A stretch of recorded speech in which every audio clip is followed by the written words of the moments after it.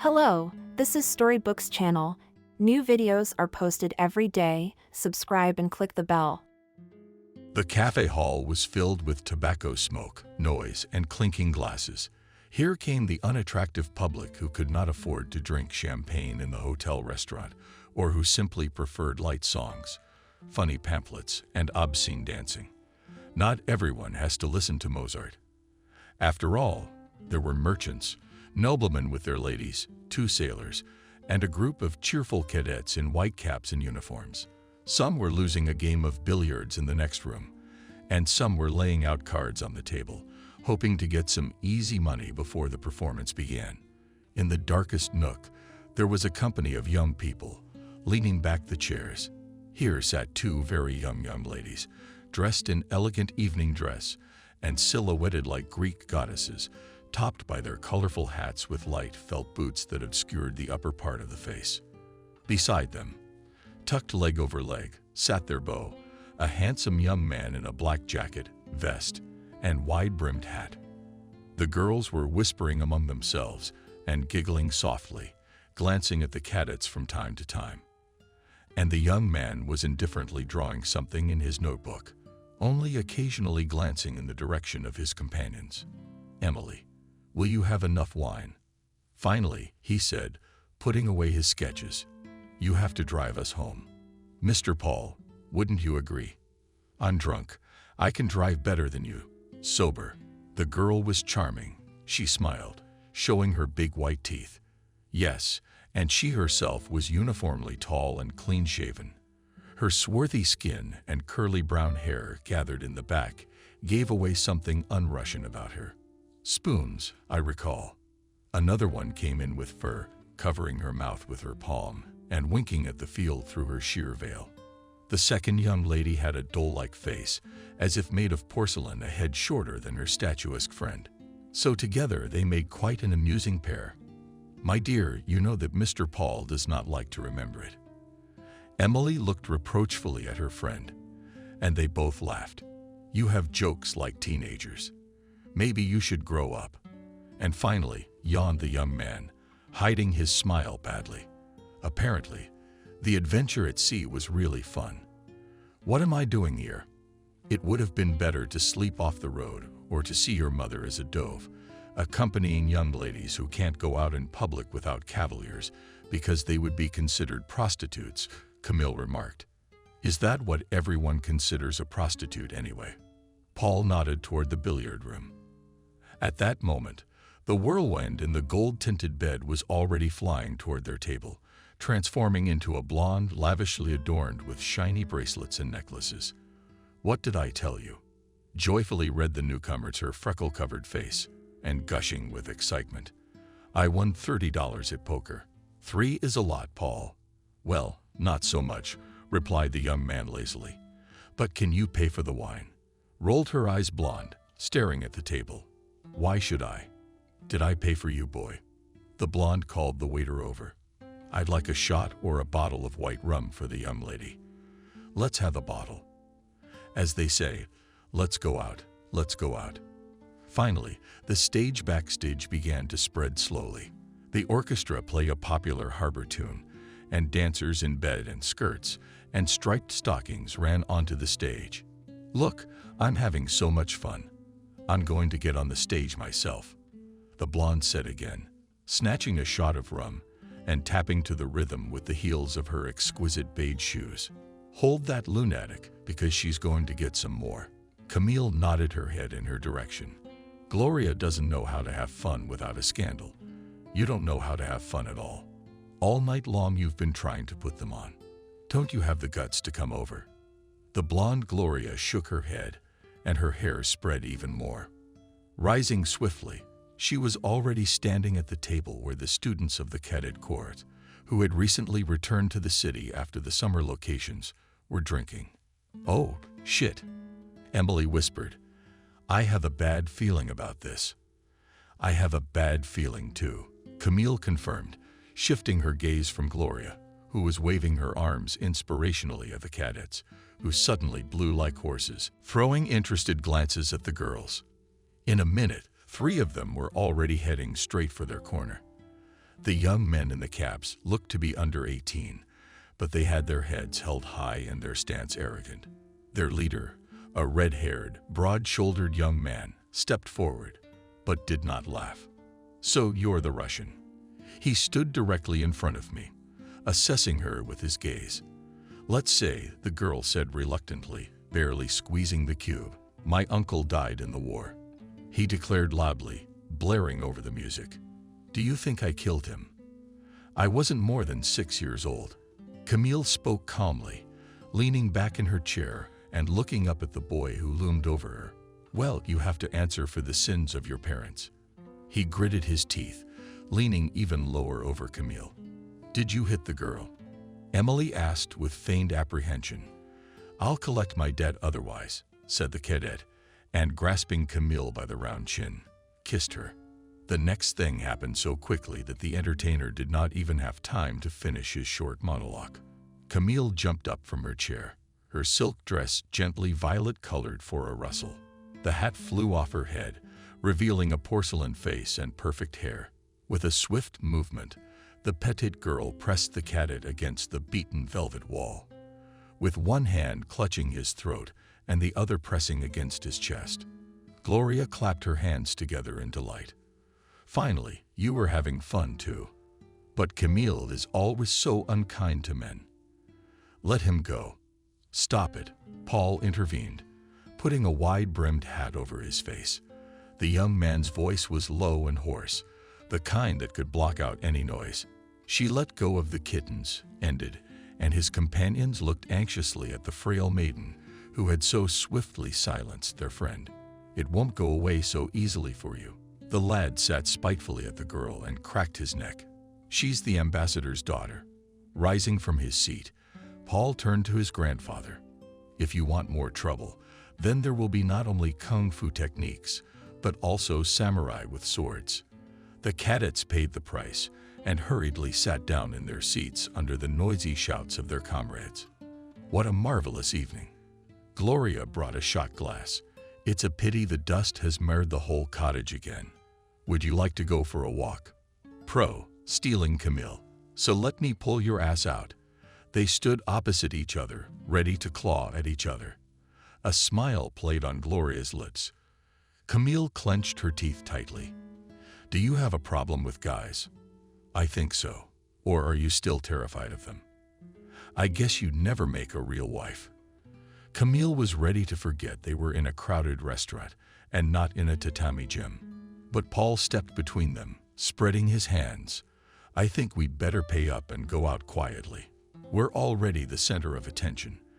The girls looked around and nodded briefly. Instead of listening to the chanson playing from the stage, all the customers were glued to their dark corner. Even Gloria didn't protest this time. They put the money on the table and were on their way out. A crowd of cadets blocked their way. This time there were twice as many of them. "First of all," said one of them, "we haven't had any fear of ambassadors for a long time." "What a fool," Paul parried, winking at the girls to move toward the door. While the lad was thinking, someone's arm swept across the fields. Someone toppled a table on the cadets, and in a moment the whole foursome was already running for the exit, knocking over waiters' feet and catching the hats of honorable merchants. The car was parked a little farther away. It was necessary to run down the slope. The car was just waiting to slide into its leather seats, and the passengers were rushing toward it with all their might, in spite of their tight dresses and high heels. By now, all four of them were laughing. Even enjoyed the laughter, holding up his black hat. Suddenly, the young man ran straight into a patrol in a dark blue uniform with gold trim. The cadets ran out after him, cutting off his escape route.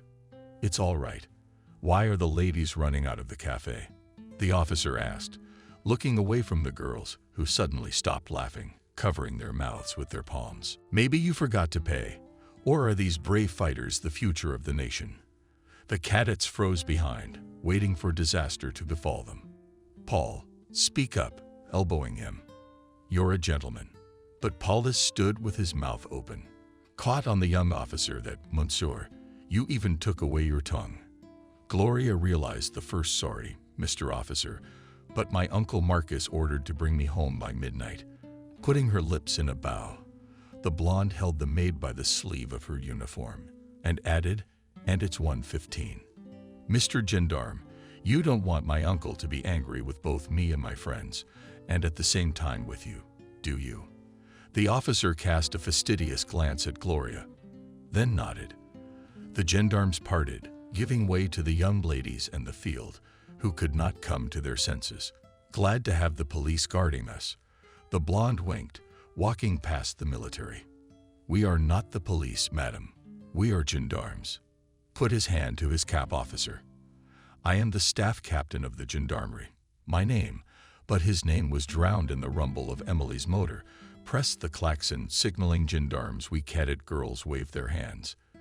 Gloria sent a farewell air kiss, and the car rushed away from the noisy groggy cafe. She said something to them. Crazy.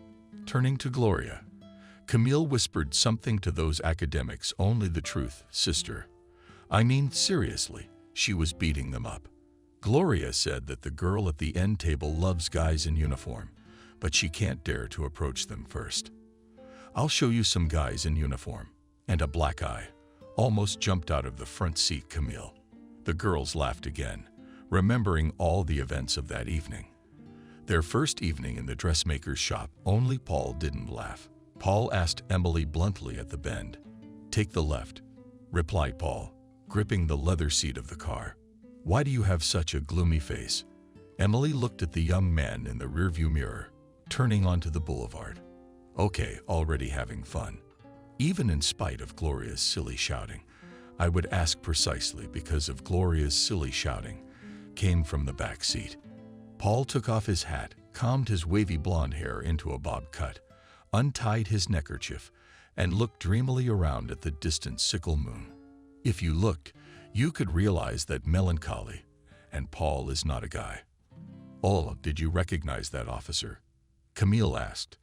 "You were just stunned in front of him. That's not like you." "Aha, only I," answered the girl in a man's suit, keeping her eyes on the sky. Now her voice no longer sounded as low as before. In addition, it was taking on a sad note. "I think I was friends with him once, and he didn't seem to recognize you." Gloria put her arm around Polly's shoulders. "I guess he's not used to seeing you as a boy, but he thought I was a boy even then. Maybe I've just changed a lot. I was only 12, and he was 17. He was chasing ballerinas and choristers. He's handsome. That's the kind of guy I like. You look at him, and you know he's a hero." The car pulled into the yard of an unassuming gray house near the bazaar. Emily was parking. Camille was humming a French song. By the way, suddenly Paul was talking about Paul again. "Guess what his name is?" Emily tossed Rick. "Christopher. His name is Paul." The girl in the men's suit brought her eyebrows together meaningfully. Slowly, she got out of the car. It was quiet on the outskirts of the city. Here one could hear only candles, Canny's dog Woof, and the rustling of hedgehogs in the bushes. Barely had the girls left the car, quietly making their way into the house, when an electric light came on the first floor of the unassuming estate. 3 men stepped out on the threshold. The old, chopped-up Mr. Stephen, followed by the housekeeper, Mrs. Evelyn Poe, a seated woman with soft features and kind eyes, and her son Christopher, a stocky fellow. "Was it fun?" the host asked mundanely, leaning on a cane, the top of which was carved from ivory and shaped like a lion's head. The girls bought it. "Oh, you've already arrived," snatched up Susan. "We were just exploring the city." Gloria started to justify herself. "I'm afraid you were conducting a reconnaissance mission." Stephen was as grim as ever. "Isn't that why you brought us here for practice?" Gloria didn't stop, taking her hands to her sides. "Who told you you were still practicing?" Grandpa's voice echoed to such a thunderous pitch that a chill ran down the girls' backs. "That is, with just her lips," Emily whispered. "If we are not in practice, then on our first run." Finished her sentence, Stephen. "Is the order to stay quietly at home and not to poke your nose into the streets so incomprehensible to you?" The girls bent, and the man came close to Gloria's breathing. "Have you been drinking a lot?" Well, now we'll see who drank more. Come, my darlings, to the basement. Alex and I have everything ready for you." The maidens, who a quarter of an hour ago were belligerent Valkyries, looked at each other and silently obeyed the old man. They went down into the cellar on woozy legs and now looked fearfully at the wooden chairs in the corners. "Good God, what have you come up with this time?" The blonde girl was horrified. "Which one of us is first?" "Gloria, you talk too much. Get your heart over here. It's unseemly to lock a young lady in a basement." The girl with the eye on Christopher. "But when has that ever stopped you?" "Sit down," Christopher's grandfather ordered. And Gloria sat down. Her body was held in place by a leather strap. "Stephen, really, this is too much," whispered Camille, stretching the top button of the closed dress. He only gave her a hard look and ordered her to do it next. In a few minutes, all four were already sitting in corners. "Hold their heads. How will Mrs. Evelyn vomit?" Stephen turned to the housekeeper, who was watching without a shadow of emotion. "I am very angry. Very. But what can you do? I need them all in good health for tomorrow," said and left the cellar, leaving the girls in the company of the silent lady's boyfriend. Winter was for Stephen a time of vacation, which he had arranged for himself. Such vacations he arranged very rarely, because he simply did not know how to track. Under Egyptian palm trees, or at least half an hour to sit in a coffee shop. But old age was taking its toll. His joints ached, and his head was just about ready to explode from 100 thoughts, tasks, plans, and algorithms. He was advised to go to the waters or live a few weeks in a Buddhist temple in the Himalayas, but Stephen stubbornly chose the tailor shop. For one thing, it was relatively close to home. He took the train and got up at the station. And secondly, it was rumored that Stephen had a pace here. Of course, no one talked about it in public. And if anyone in the asylum did mention it, it was only as a joke. In general, Stephen was as far from romance as one could imagine. Sokolniki, an old man with silver hair, sideburns, mustache, and always clean-shaven chin, unusually strict, could have been anything but a lover. That's what teachers and students thought as they saw his sleigh moving down the snowy forest road toward the train station. Stephen, instead on the crab, started himself a valerian drink with hawthorn and tried to sleep. His head ached terribly, so he was determined not to get into any trouble this time for any money. At least for a week, he would have a miserable 7 days to himself. "Stephen." The porter opened the doors of the theater box before the gentleman. "It is good to see you again, madam," and he bowed low to his companion. The woman blushed thickly and entered the box. Of her it was safe to say plain, middle-aged, of medium height, uncertain, dim, hair color colored from time and tears in her eyes, a few wrinkles on her forehead and in the corners of her eyes. "I'm always embarrassed when I'm with you." The woman threw a white shawl over her shoulders, hiding under it a new dress brought from Vienna. "When I think about it, you have all the girls in your orphanage lush, kings, young, smart. Why do you still come to see me?" "Stephen." The rental lasted when he was around this supposedly ordinary woman. The words kept getting stuck in his throat. "Just say the word, and I'll take you to the orphanage. One word from you, Evelyn." I went to the ladies' room for a second. The woman interrupted him, rising from her chair. The old man was leaning with both hands on the red velvet banister. He was looking at the crystal chandelier and the golden cubbyholes in the decoration of the opera hall. The Capelle Ballet, or as it was called, the Blue-Eyed Beauty, Stephen had seen 3 times already, but had never yet been to it with Evelyn. He smiled at his light-hearted teenage thoughts. It's true what they say, it's a pain in the ass. A gray hair in the beard. Evelyn had been married 10 years ago when they first met in Porto, and now the woman was out of his reach. He could occasionally write letters, passing them through secret exiles, furtively take her hand, visit the dressmakers once a year, and dream of the time when Evelyn would finally leave the bedside of her ex-husband, a petty official of the Southwestern Railroad and owner of several revenue houses, on a waterfall of thoughts. Stephen didn't even notice the look on the kid's face as he moved briskly between the rows in the parter. The boy was no more than 12. He seemed to be well known here, especially by the young nobles and officers. The medics picked his pockets with notes. Stephen, satisfied the squint of his eyes was well trained, so he immediately realized to whom those messages were addressed. He realized something else, too. That boy in the green, plaid t-shirt was actually a girl. Yes, she was a real girl. Mrs. Evelyn returned. Soon the performance began. The white tutus of the moth ballerinas were flying into the air. The music was mesmerizing. Evelyn's hand, lying so submissively in his arm, it all seemed to Stephen a miracle, a real vacation, which he undoubtedly deserved. And yet he couldn't get the girl in green out of his mind. Barely through the end of the first act, Stephen went down to the cafeteria. The occasion was very convenient, for every respectable gentleman should treat a lady in the theater with champagne and candy. It was indifferent that with his wealth he could order at least a dozen bottles directly into the box. No sooner had the venerable gentleman got in line than the greenish hue was snatched between the tucked-in tails and satin dresses of the theatricals. Stephen listened. At his age, the ability to listen is dulled. But if you train all 6 senses for 40 years in a row, in particular, intuitively, then in your old age you will begin to notice things you would not want to. I mean, he came here on vacation. He's on vacation. The hell with him. The young lady accepted the ring. Accepted it. So what's the point of getting cocky now? Prima ballerina, came a muffled voice from behind a heavy velvet curtain. It smears that already not old noblewoman ardently persuaded the boy to arrange a date with the wise waist model and performer of the main part. I'll give her this.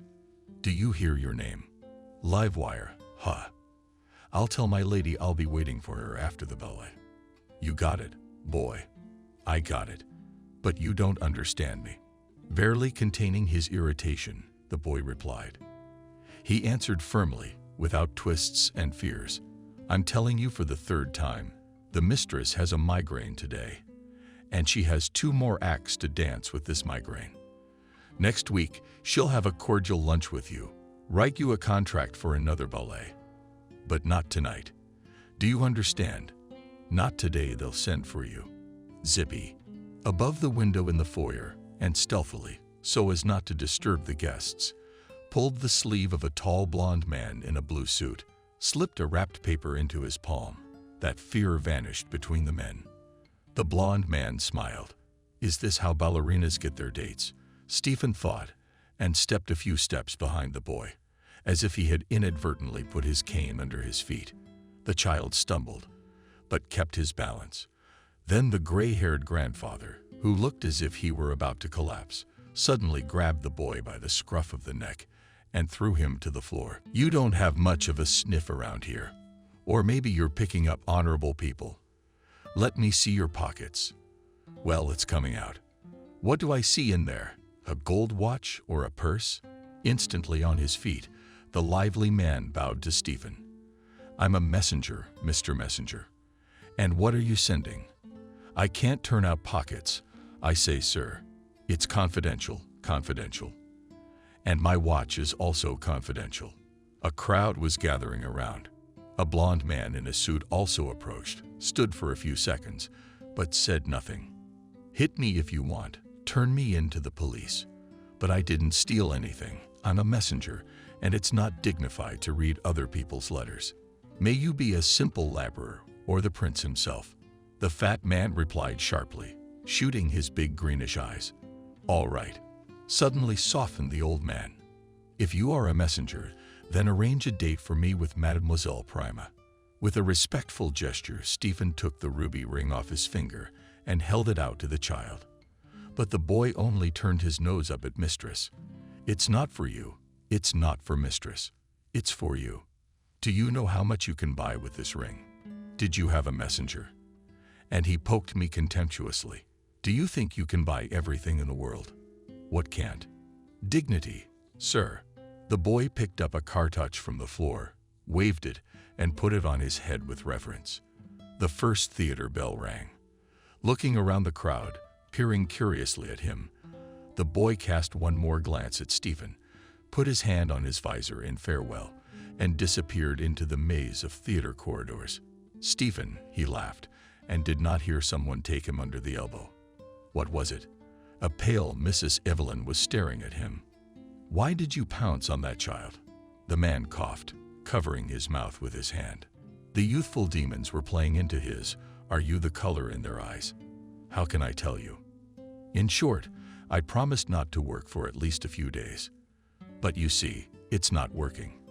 Did you suspect that this mouse is a girl?" Surprisingly, Mrs. Evelyn nodded in agreement, keeping Stephen's sad, gray eyes like morning mist. "I know this little one. Her name is Camille. She's our daughter, the lodger, you know. Her mother, a former ballerina, got knocked up by a suitor so ardent that he promised her a golden mountain and in the end left her with a child. It's a story as old as the world. Jenna, our tenant, was a child herself. Her parents from Kazakhstan, teachers, both such a quiet, intelligent family of this risk a word to no one, decided to leave a child, give birth, and bring up. Well, and from the theater she, understandably, thrown out. And what do you want to recruit this girl? She has grown up, sighed the old man. How old is she? 12. I knew it. We have a rule we only take in orphans, and not older than 10. There's a second call. Gotta go. I still haven't gotten you any champagne. It's empty, said Evelyn, finally releasing his elbow. You know, I think she really is the one you're looking for. You can convince me anything, old man. Mistress Evelyn smiled faintly for the first time all evening. What does your sixth sense say? The woman asked quietly.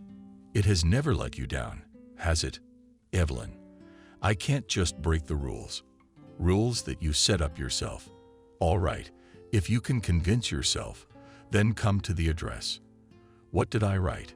Evelyn handed over a piece of paper torn from her notebook. Isn't this a beer hall? Like a variety show or a cafe? Evelyn nodded, and again a faint smile appeared on her face. And you thought I didn't go to such low-key places? Nah, I'm just in favor of, embarrassed, Stephen. For the first time in a long time, he was truly embarrassed. Evelyn knew as much about him as no other living soul knew. But for the first time in 10 years, she felt like his accomplice ally in his spying endeavors. For the first time in a long time, a lively light flashed in her eyes. And for the first time, Stephen thought about the fact that from the beginning Evelyn had been interested in being less his mistress than his associate. Well, then the vacation was definitely off. The next day, Stephen sat in a rather decent box at the Variety Theater. As you walked along and watched Mrs. Evelyn greeting acquaintances in the parterre. Here at the establishment, there was more chance for a middle-class, married woman to be compromised. But soon Evelyn walked confidently into his box and sat down next to him. I was asked why I was here. And what did you say? Jury prize in the eye. Stephen mirrors out the teenager's 10 graying eyebrows. The truth. I'm helping a recruiter find new talent for his theater. And I got a theater. If your young ladies are putting on a show like you did yesterday in the opera lobby, how is that any worse than theater? Her last words were interrupted by loud music. A march was played, and dancers in close-fitting hussar uniforms and shortened skirts appeared on the stage. Barely covering their knees, they were followed by a whole gypsy chorus. Then some painted and not at all funny clown tried to flirt with the ladies present. There was a python tamer. 2 specially invited American dancers threw their legs up in the company of an entertainer with a monkey on his shoulder and held a beauty contest among those present. And the pamphlet The Atheist mocked the shortcomings of bourgeois society. When a large and fashionable lady belted out, "Oh, I'm a maiden." And it was 0 o'clock. You're tough, Stephen. My patience ran out. I've been looking for her all evening. Where's this girl who's causing me so much trouble and mental anguish? Mrs. Evelyn looked at her companion with disapproval. Do you trust me, Stephen? Under that gaze, full of tenderness and a feminine strength he had never seen before, The man gave up. He leaned back in his chair and stopped waiting. And at the same moment, a swing suspended from the ceiling came out of the backstage under the thunder of applause. Above it, with one leg tucked under him and the other hanging down, sat a sad Pierrot in a black and white tricot suit. A small tear was drawn on his left cheek. 2 faces were cremated behind him. The orchestra played Vivaldi, and Pierrot on the swing ended to the beat of the music. "Is that her?" Breathless, whispered Stephen. It was her, and Tanya could not take her eyes away. The creature seemed to have no bones. The girl easily tumbled on the swing, did somersaults and backflips, reached with her toes. Her every move was weighed to the inch. One miscalculation and lay her mangled on the wooden platform. But she knew what she was doing. Her gaze clung to the spectators. And Stephen noticed how the story of the unfortunate Pierrot had made more than one young lady in the audience stealthily wipe her eyes. "Have you convinced me?" That's all Stephen could manage to say, smiling and clapping his hands with the audience. "This chick should join our flock." Camille was wiping off her makeup in front of the mirror when her worried mother approached her, still dressed in the shiny corset and short pink pantaloons in which she had danced the last number. Jenna took her daughter by the shoulder. "Zippy, there's a gentleman here to speak to us. He says you stole a gold watch from him yesterday. Is that true?" "Mom," the young one said indignantly, and so loudly that the whole dressing room turned its head. "You know I'll never take someone else's," the girl said quietly, biting her lip. "This man has come to blackmail her. He wants Camille to set him up with Mrs. Prima. He's so old and gray-haired, and yet he's there." The girl clenched her fists angrily, determined to escape. But in the dressing room already entered the owner of the theater, lanky Stepan Olegovich, leading under the arm of the same gray-haired old man. "Maybe you have a separate office?" affectionately asked the grandfather, putting in the owner's hand a few coins. "Bring this one in there, you lively one, and the mommy as well." "Who is this child?" The clumsy Stepan Olegovich swung at Camille, just in time holding back his broad palm. "Go together as you are. Go in your makeup and in your native corset. Maybe you'll get some mercy from the Baron for your behavior. It's not for me to teach you." He slapped Jenna on the thighs. "On my income, all your bad theater is kept." What a bald teacher! The indignant Jenna took her daughter by the hand and disappeared behind the door to the study. Here kerosene lamps blazed, illuminated by cheap yellowish wallpaper and an unpretentious set. A table, a sofa, and 2 walnut chairs. "I see you're not very welcome at the theater," Stephen said mundanely. "Sit down on the fiddler and the sofa. You sit down too. I've heard a good proverb from you. There's no truth in feet. Never understood it until the Dan arthritis got to me." Despite the invitation, mother and daughter stood opposite the old man, not daring to sit down. Camille, in black and white tights with striped makeup, and Jenna, studded with sequins with a huge ostrich feather sticking out of her battered mustache of hair in a haphazard manner. "Tell me, lively, I'd better address you something else." Camille, old man, slyly tell me, can you read?" "What's the point of these questions?" The mother intervened, stepping forward and covering her daughter. "It's because, dear Jenna, I am the founder and honorary guardian of the orphanage. You can call it a school for gifted children." "I never went to school," Camille replied, confused. "I can read, but I can't write very well. I don't think I'm talented." Suddenly she added, "And I'm still not going to arrange a date with the lady. Unless she wants to." "Sit down," the old man interrupted her. "Drink some water and prepare yourself for what I'm about to tell you. My name is Stephen. 20 years ago, I founded the Artemis Orphanage, an intelligence school for girls. We're not some charitable organization. We're a for-profit organization, independent of government, outside of government control.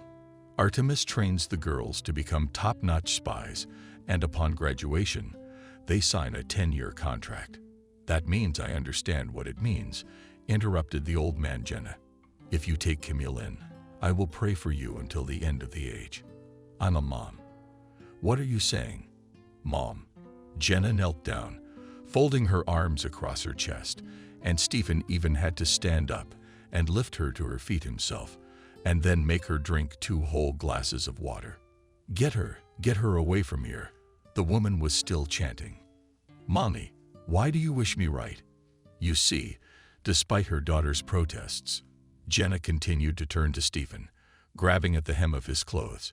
You see, she is no longer a child, a teenager, almost a girl. She won't be able to pretend to be a boy for long, neither in the opera corridors nor on the stage. And then what? It's not proper for a decent young lady to curl up like a snake over the stage. The cabaret stage is so shaky, so unaffected.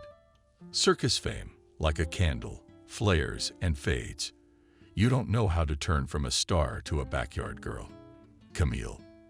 After listening to her mother, the old man turned to the girl.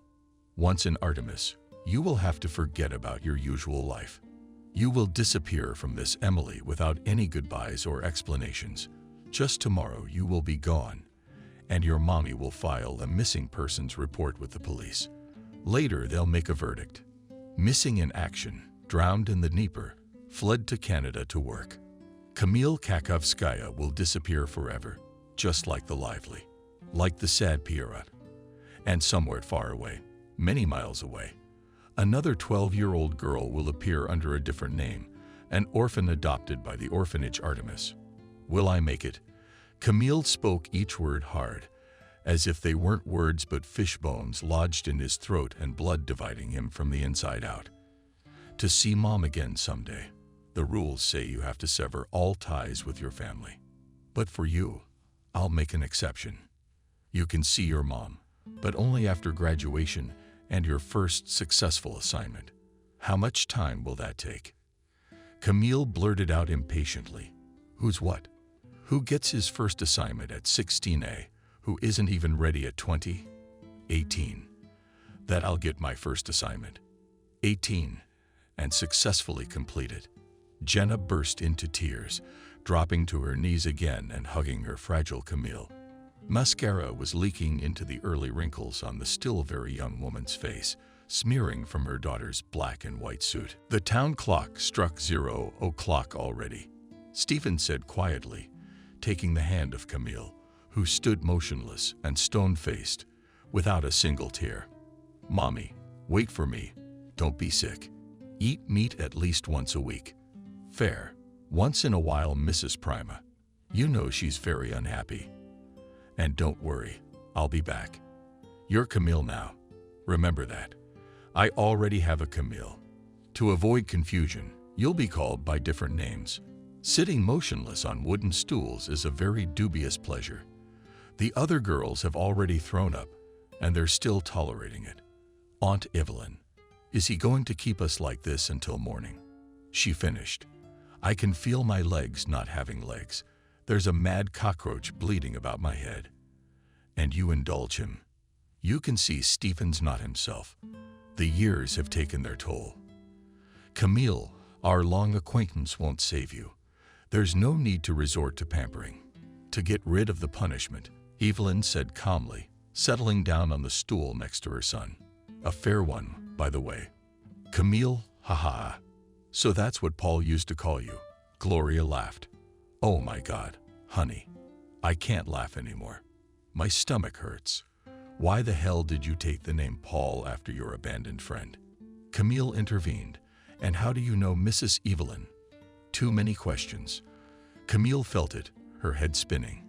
"Stephen, I always knew you wanted me dead. Worthless old man. Ever since the day he accused me of stealing his watch. You should have sewed me up on the spot then instead of torturing me for 6 years. Stephen," the voice no. Other voices have joined in. "Release us, please. We won't do it again. Damn you." "Release them, Christopher," quietly ordered Stephen, peering into the cellar. "Gathering at 6.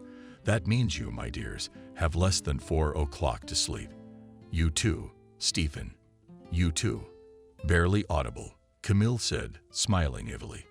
She held onto the wall with one hand. She was lying on her back, watching a bug crawl over both of them. The candle flame flickered in the gusts of fresh breeze to the sigh outside, making the stuffiness of the August night less unbearable. Gloria, sharing the room with her, was still fiddling with the mirror. Her thin nightgown, adorned with expensive lace, had slipped off, concealing freckles and forearm-long, thick hair scattered behind her back. "Why did you come back?" Gloria tossed over her shoulder, noticing Camille's gaze in the mirror. That from the bud had shifted to her. "You want to tell me how you know Evelyn?" She put her hands under her head and stared dreamily through the ceiling, her gaze piercing the roof, instantly transcending space and time. "I was 8 when my mother got me into the opera house. She was a former ballerina, had connections among the dancers. She was friends with the 6th dancer in the 3rd row." He chuckled. "Yes, the 6th dancer in the 3rd row, rising to prima donna. And how else? I'm not going to be told anything at all." "I forgot that you have no sense of humor," shook her legs Gloria. I'm not talking. Too eager to hear about the youth of a handsome officer. That's how they got you into the theater as an errand boy, exiled between ardent admirers and their families. Let me guess with Gloria's squint. And Monsieur Paul at the time was a lively so-left critic, madly in love with the prima ballerina. A slight smile flashed across his face. No, he was not in love with Prima. He was in love with a red-haired dancer, with a new girl from the Corps de Ballet. Then again with some Christ. Gendarmerie Captain Hall has a big heart. Gloria twirled a strand of golden hair on her finger. But you were laying down for a sophisticated person like you. An ordinary womanizing boy wouldn't have been worth a blank slate. Am I wrong? One day I came to the theater before the morning rehearsal. My eyes, they were distant again, dreamy. It was Sunday. The deserted city seemed mysterious and sad. Even the janitors who sweep or fallen maple leaves every morning were nowhere to be seen. At the front door of the theater, with his back resting on a marble slab and hiding from the rain, sat a cadet in a white uniform with red epaulets. He was writing something in a notebook, all to the side. I looked over his shoulder. You know, I was expecting to see a corny love letter or teenage pathos. Love your eyes. Kiss your hands. What was that? Gloria was fighting sleep. Her curiosity was still winning. Fatigue. Everyone has their own paradise to the point of exhaustion. Everyone has their own dream. Who could still sleep off the delirium of dreams? Worried heart, weeping with excitement, unheard at night on the heart of Surgit. With what have you climbed to the seal? Bravo, bravo, Monsieur Paul. Clapped his hands Gloria, finally set the candle, and dived under the sheet next to the girl. Who knew you were so romantic? Shut up, Camille rudely cut her off, moving to her side of the bed and pulling the sheet over. Gloria laughed some more, but soon her breathing was quiet and even. Outside the window it was light. The morning roosters crowed loudly in the yards, and tits began to crow in the trees. When Camille finally dozed off, she dreamed of her childhood. A cranky prima ballerina with her mood swings, broken vases, screams, tears, and crude station house profanity. Dreaming of hours of grueling variety show training, the drunken sensation of the stage, and hundreds of eyes piercing into you, waiting to see if a bird would fly up or shatter everything like an expensive Chinese mistress vase. You dream of the piercing, sharp hunger with which you go to bed and wake up knowing that the next performance is a week away and there's no money for bread. And then there's the russet-haired cadet that tells you all the secrets, thoughts, dreams, and love affairs. He can talk, and you can listen so you know everything about him. And he knows nothing about you, and he doesn't even suspect that you are a girl in short pants and a green jacket who races through the corridors of such a majestic and unattainable, decorated with new velvet and gold theater. And then there was nothing. Only snow-covered spruce forests and mountains covered with snowcaps. On that winter day, the sun shone so strongly. Did it hurt your eyes? Stephen put the round glass of his sunglasses on his nose, and all that was left was to move his cap harder and tangle himself in the gray terrycloth scarf he had bought at the station from a street vendor. The farther they drove away from the house, the harder the girl's heart pounded. And when their sleigh pulled up to the big treacherous gate, which obviously served as the only entrance and exit to the impregnable walled fortress, she generally almost jumped out of her chest. While the travelers waited for someone to open the deadbolt, the girl looked around, trying to get a grip on herself. What does it say? She turned to Stephen, pointing to an inconspicuous plaque above the gate with an inscription she couldn't read. It says the name of our orphanage in German Artemis. The man nodded and began to explain. There was such an ancient Greek goddess of the woman driver, hunter, owner of the moon. We are in Germany. Camille interrupted at half a word, looking at him with big, intelligent eyes. We are in Galicia. These lands are now under the Austro-Hungarian Empire. I see, she answered briefly and tangled herself tighter in her scarf. That's all you want to ask. You haven't said a word all the way here. I have 6 years to learn everything I want to know, said like a girl cut off. And Stephen whistled. The decision to bring very young orphans to the orphanage was no mere whim. The little children, knowing no other Emily and having no relatives outside the wall, perceived Artemis as a single family, a single authority, and a single truth. The old man scratched his clean-shaven face and chin and sighed. His Camille was an experiment that could undo all 20 years of hard work. Or maybe, on the contrary, become a breath of fresh air, an example to the perverted. Artemis. While Stephen pondered, the gates opened. Horses charged, and the sleigh leisurely drove into the territory of a luxurious estate with marble statues and fancy gazebos, ice slides, and skating rinks, where little girls under the supervision of a nanny were added. In the distance there was a greenhouse, behind the glass walls of which the stiff-eyed passers-by were grown-up girls. The children rushed towards us with joyful shouts that the coachman had to hold the horses. Stephen is back. You're early, aren't you? The gorgeous lady in a fluffy coat the color of snow came up to the soldier. I see the vacation has come to an end, she added, glancing at Camille. Stephen, what are you doing? Has the boy been brought to us with blood? Covered freckles, nose, brown eyes. A girl in a short, colorful coat. No, Gloria, you're wrong. It's not a boy. Take a closer look. Gloria bent her head well, like a long neck, and goose gazing at an obscure stranger, a packed path. From that look, Camille was going down. Stephen, you said that only pretty girls are taken to Artemis, because spies must necessarily be pretty. This one is, honestly, not very pretty. At the pout of her lips, the blonde held her tongue. Laurie raised her voice at her, the woman in the white coat, and Stephen stopped her with a wave of his hand. More and more of the small female residents of the orphanage converged, eyeing the new arrivals with interest. You know, my dear Gloria, during these few days I managed, I suddenly realized that we need not only beautiful, but also gray and unremarkable Artemis, who can disappear in the crowd, whom everyone in the city will see every day, and then will not even remember the face. Stephen's eyes, so calm and deep, slid over each of the girls until they stopped on the blonde again. So you're making a mistake. Beauty comes in many forms. Take a closer look at Laura, and until we do, don't jump to conclusions. Stephen signaled the coachman, and the sleigh drove on, all the way to the Grand Palace. It is made of white brick, faced with colorful tiles with a spire, wooden balconies, galleries, and a large clock on the central tower. This is your new home, addressed Camille affectionately by Mr. Frau Wendy. The housekeeper called out to him.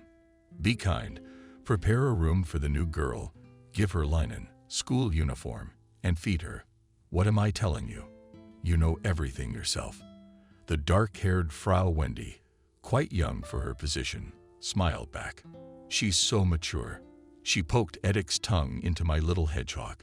It will not be easy for you among our pet snake carcasses. Let's go, my orphan. I'm not an orphan. Camille cut me off, flashing her greenish things. I have a mother. Mrs. Wendy, only surprised at Stephen. And the latter nodded.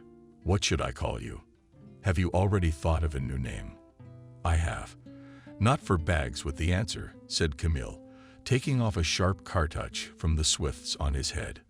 Paul. I'll be called Paul from now on. The housekeeper coughed, hiding a smile behind that cough. Having corrected her apron and slave-length hollow skirt at the edges of her crimson, Frau Wendy gave the girl a gentle nudge in the back, and together they entered the spacious hall of a building that looked simultaneously like both a forest hut and a royal palace. Even for the regulars of the opera, this house seemed amazing. Seemingly unreadable things were harmoniously combined here. Camille raised her head, looking at the large chandelier of greenish crystal, trying hard not to show surprise. The girl didn't notice the snow falling from her shabby scrolls under the standing snow, leaving puddles, and her obscurely colored boots 2 sizes larger spreading muddy water all over the front hall. The front door creaked loudly behind her, and a flock of teenage girls flew in from outside. Camille was able to get a better look at them now. They were really all beautiful, and they were all dressed up like young ladies, all with their pretty hats, their little jokes, and their warm gloves with bows on the cash register. If Camille could draw, she would have painted a portrait of each of them. Girls, get acquainted. Mrs. Wendy addressed them affectionately. This is Paul. Weigh in, they bent. Isn't that a man's name? And how old are you, Paul? Stepped forward Gloria, looking defiantly straight into Camille's eyes. 12, she answered, holding her gaze. And I'm 12. How long have you been trained? Trained? Well, you know how the agency trains first in the field and then brings you to the orphanage. They started training me when I was 5 and brought me here when I was 7.5. I wasn't trained. Look, she wasn't even trained. Gloria looked around at the other girls. Tell me you have parents, and I have a mom. Camille raised her chin proudly. Mom, everyone exclaimed. Artemis came closer and closer, the circle closed, and it seemed to me that even the housekeeper became awkward. Girl, pushing Gloria away, the unearthly maiden came close. Do you even realize where you're going? This is an orphanage. No one here has moms or dads or even great aunts. And if you're so special, you should go back to your mommy instead of bragging to us. Frau Wendy couldn't stand it and stared. Her cheeks were as red as grated. Beets. If she was here, there must be a reason. Stephen wouldn't bring the new Artemis just for no reason. What do you think? She's so gifted. Gloria flared up. I speak 7 languages, 4 of them without an accent, knocking out 8 out of 10 targets with a revolver. I know geography and history at the level of university students in me. I know life abruptly punctuated her speech. Camille, while you grew up and blossomed here as a type of nickname, I struggled every day to survive.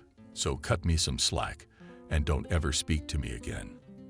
All of you. She turned around to the rest of the girls. Y'all don't ever talk to me again, she said and ran up the stairs. Mrs. Wendy only shook her head disapprovingly, looking at the young Artemis with disapproval, and picked up the hem of her long skirt and headed after Camille. Don't take it personally. They're not mean. They're just too stupid. Mrs. Wendy switched to Russian, catching up with the new girl. You're from the dressmaker to the chicken, aren't you? Camille nodded. They climbed the wooden stairs, creaking with every step. Bright multicolored light streamed in from the stained glass windows, casting sun bunnies on fallen cheeks. Girls, you eat some sleep, and then meet Vanessa in the evening. She introduces you to the local customs. Draw up a training program with you. Stairs, and then there's the 2nd floor, 3rd floor. We have 32 girls living here, trying to cheer Camille up. Next is the young housekeeper, occasionally adjusting her handkerchief. Oh, we miscalculated.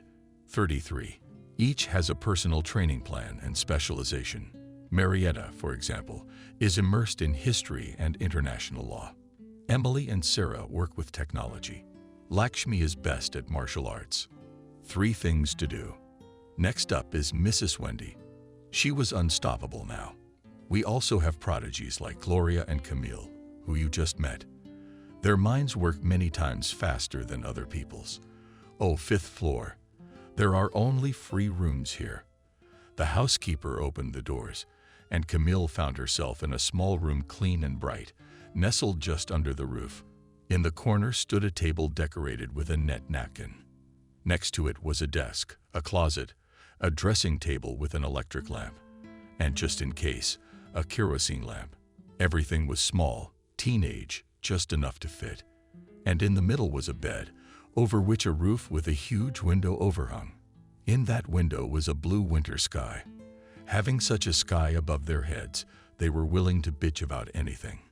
In the evening, she would see the sun off over the mountains, and at night, the moon would shine on her. The same month as her mother's, the same as Mrs. Primate's, and certainly the same as Paul's, who would never know where the lively boy, the messenger, the prima ballerina, and his missing friend had gone. Camille sank helplessly on the bed and stared off into the distance. After standing in the doorway for a little while, the housekeeper sighed and walked out, leaving the new girl alone with her sorrowful ones. Mademoiselle Vanessa paced the room on the mountain night had fallen. Out of the blue, the wind came up and conquered the windows. Vanessa took it as a bad omen. She even thought she could hear wolves howling in that bucket. She wasn't afraid of anything in this world, not of spiders, not of the dark, not of death, which had already looked in her eyes 100 times. But wolves, for some reason, made her afraid, probably since her grandmother first told her about ghouls. Mademoiselle Vanessa was afraid of everything that could not be explained rationally by the laws of physics. For example, there was no way she could explain why Stephen had brought this 12-year-old girl who wasn't even an orphan. What does he think he's doing, that crazy old man? He's been a weirdo all his life, but he's gone completely insane. Now he pretends to have a headache, so he sleeps in his room. Mademoiselle Vanessa snatched her white fox coat from the chair and threw it on angrily. A strand of hair dislodged from beneath her masterfully arranged gilded hairpin, flew out of her eyes, hit the floor. Mistress. The housekeeper knocked on the door, peering into the study. I've brought the new girl. Just get her started. Mademoiselle bellowed, sipping a white lace wall. I can't stand it. She's guessing. The old grandfather will never tell us what he's thinking. He always wants us to look at his charades. And she was not standing in front of Mademoiselle Vanessa, eyes downcast and timidly clutching her new grassy green skirts. She was looking at her own reflection in the glass of the sideboard and was even more indignant. Apparently Camille was uncomfortable in her Artemis school uniform.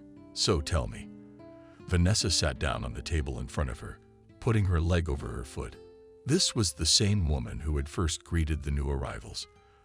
The same gorgeous lady with flashing eyes lined with black arrows, a pointed nose, and a swan neck that revealed the deep neckline of a velvet dress.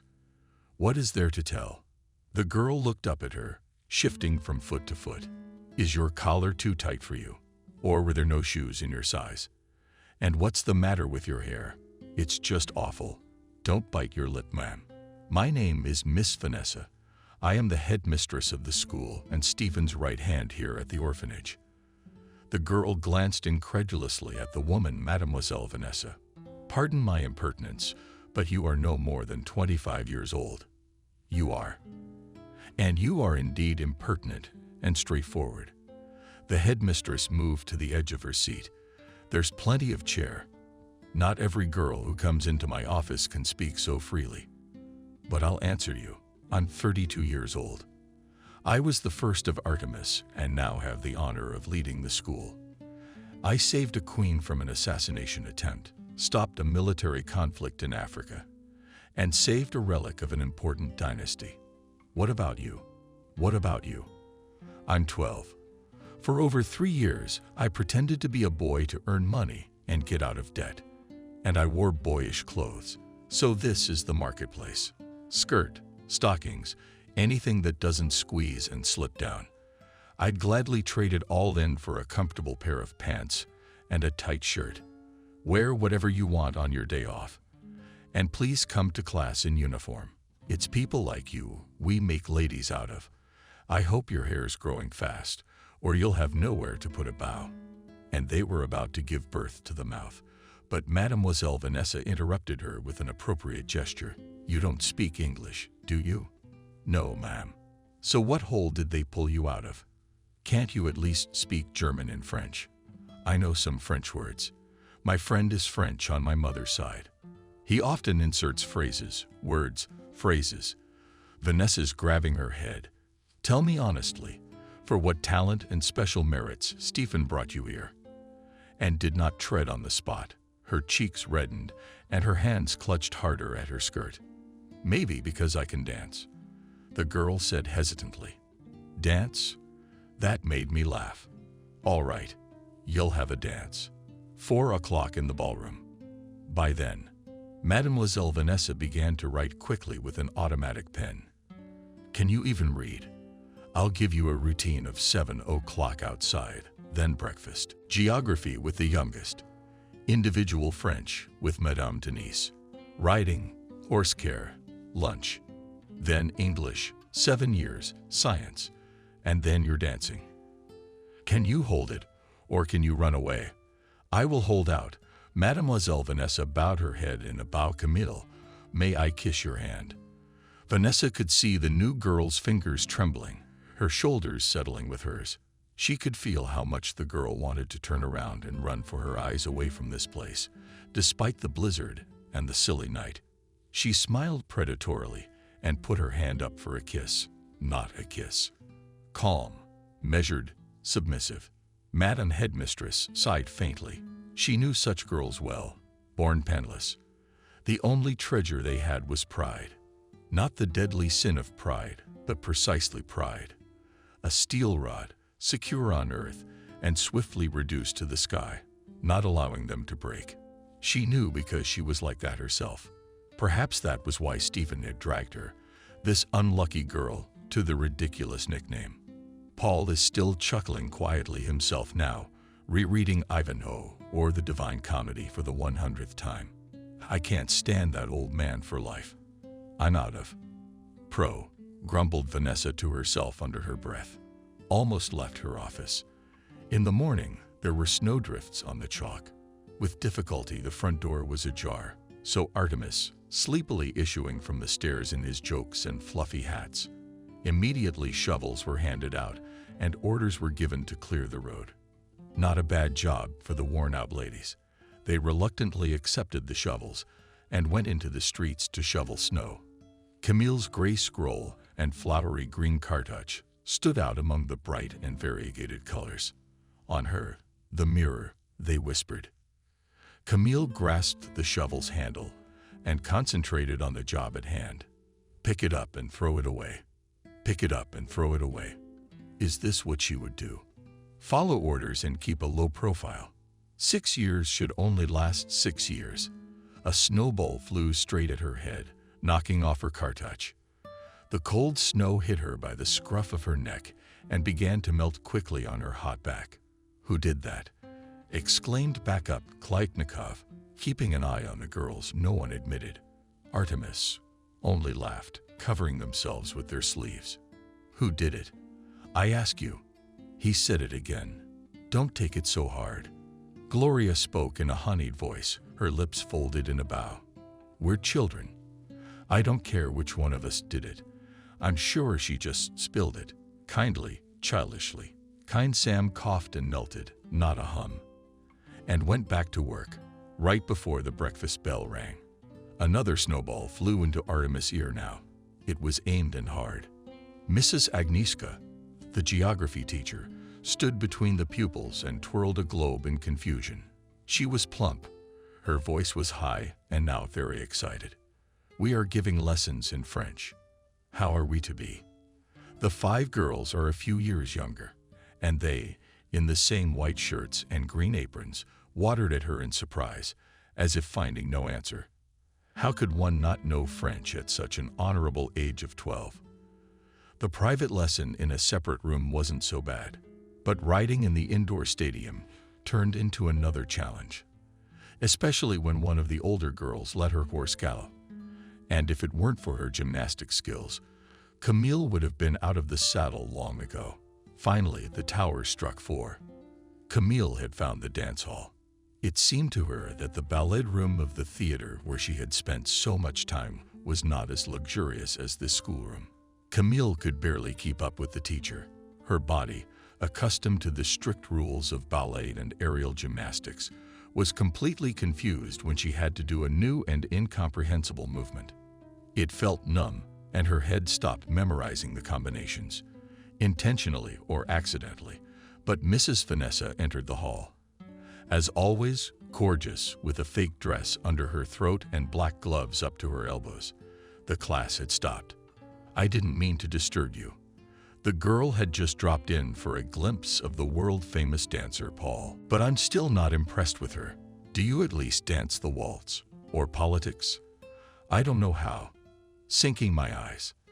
Camille, realizing she stumped herself. "You can't.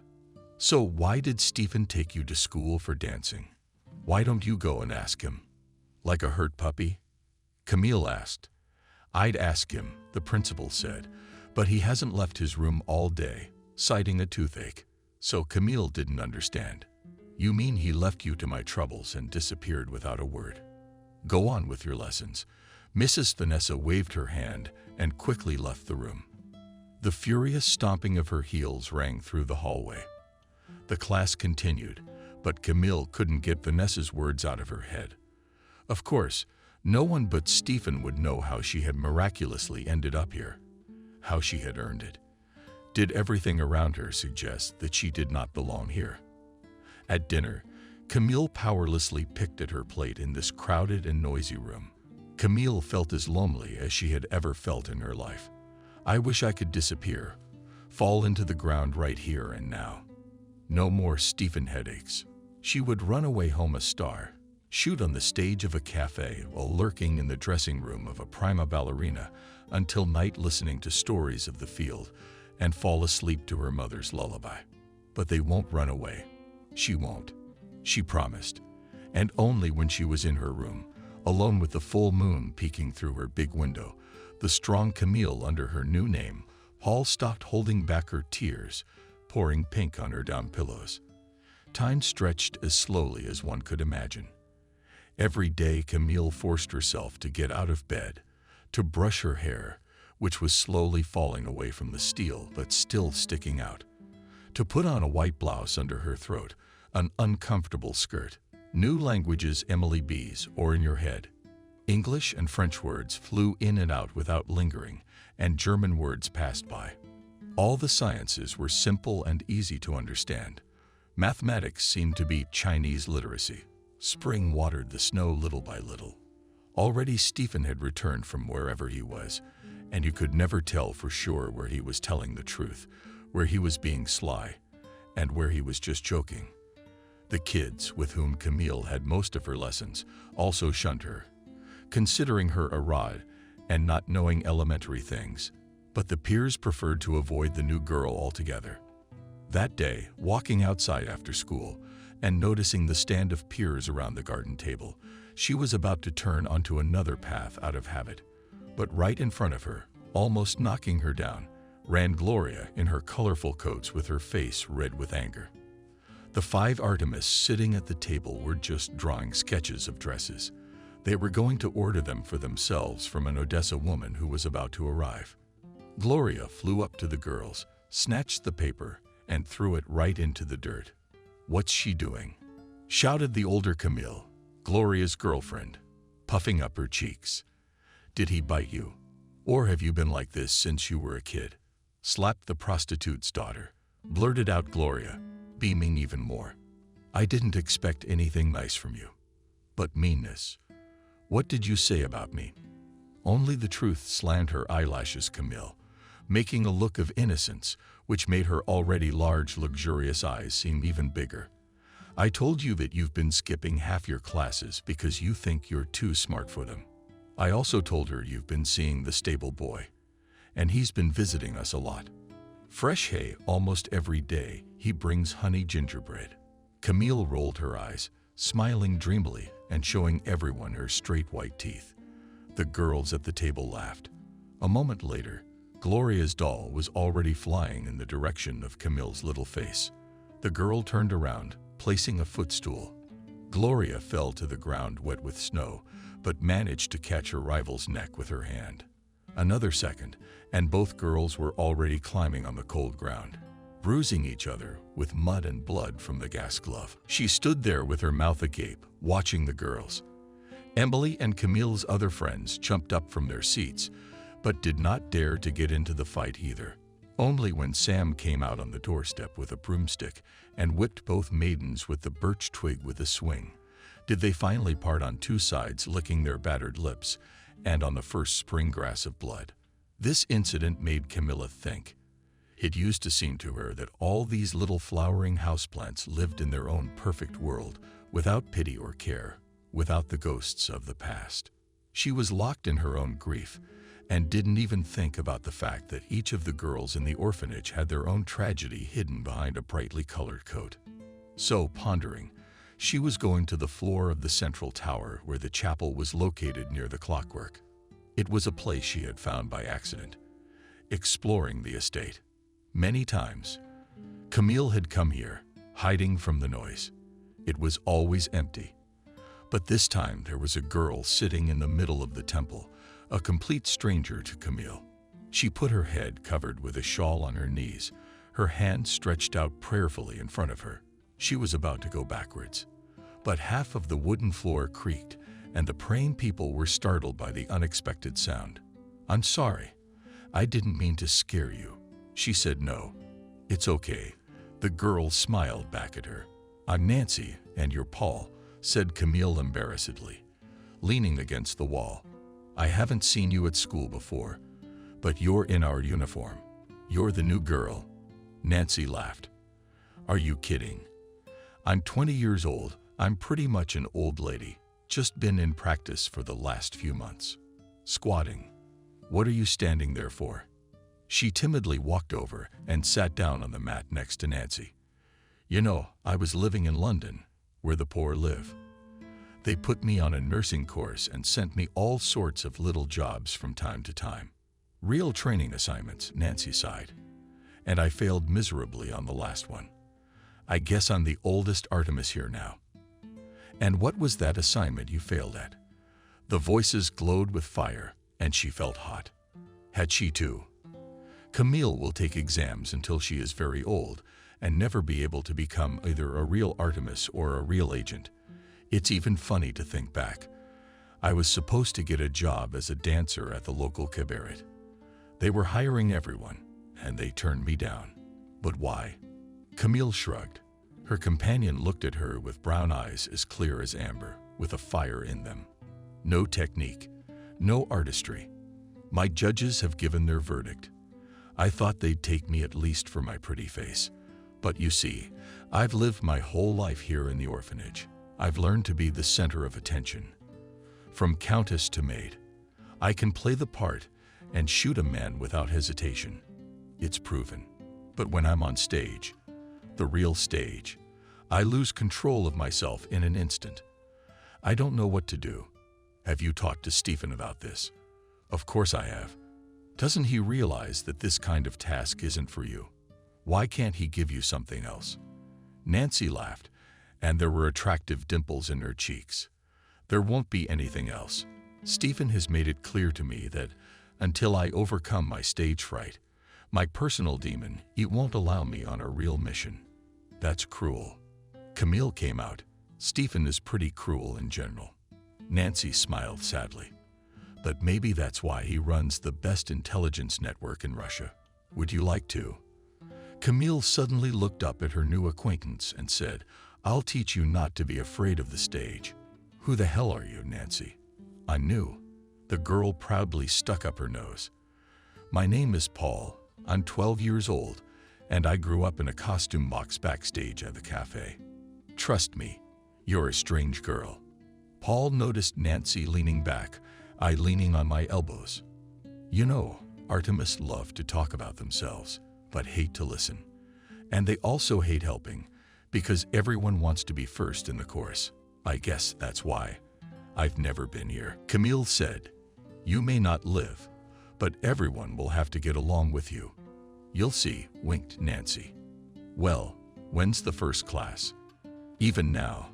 The ballroom is empty in the evenings. We'll start with classical choreography. The basics." The shortcut to the ballroom was through the kitchen. The girls decided to bend quietly, so that the cook did not accidentally notice and did not scold. Hastily entering the hall, took off their shoes, and turned on the gramophone. The orchestra played a wounded favorite Vivaldi. Well, to the loom.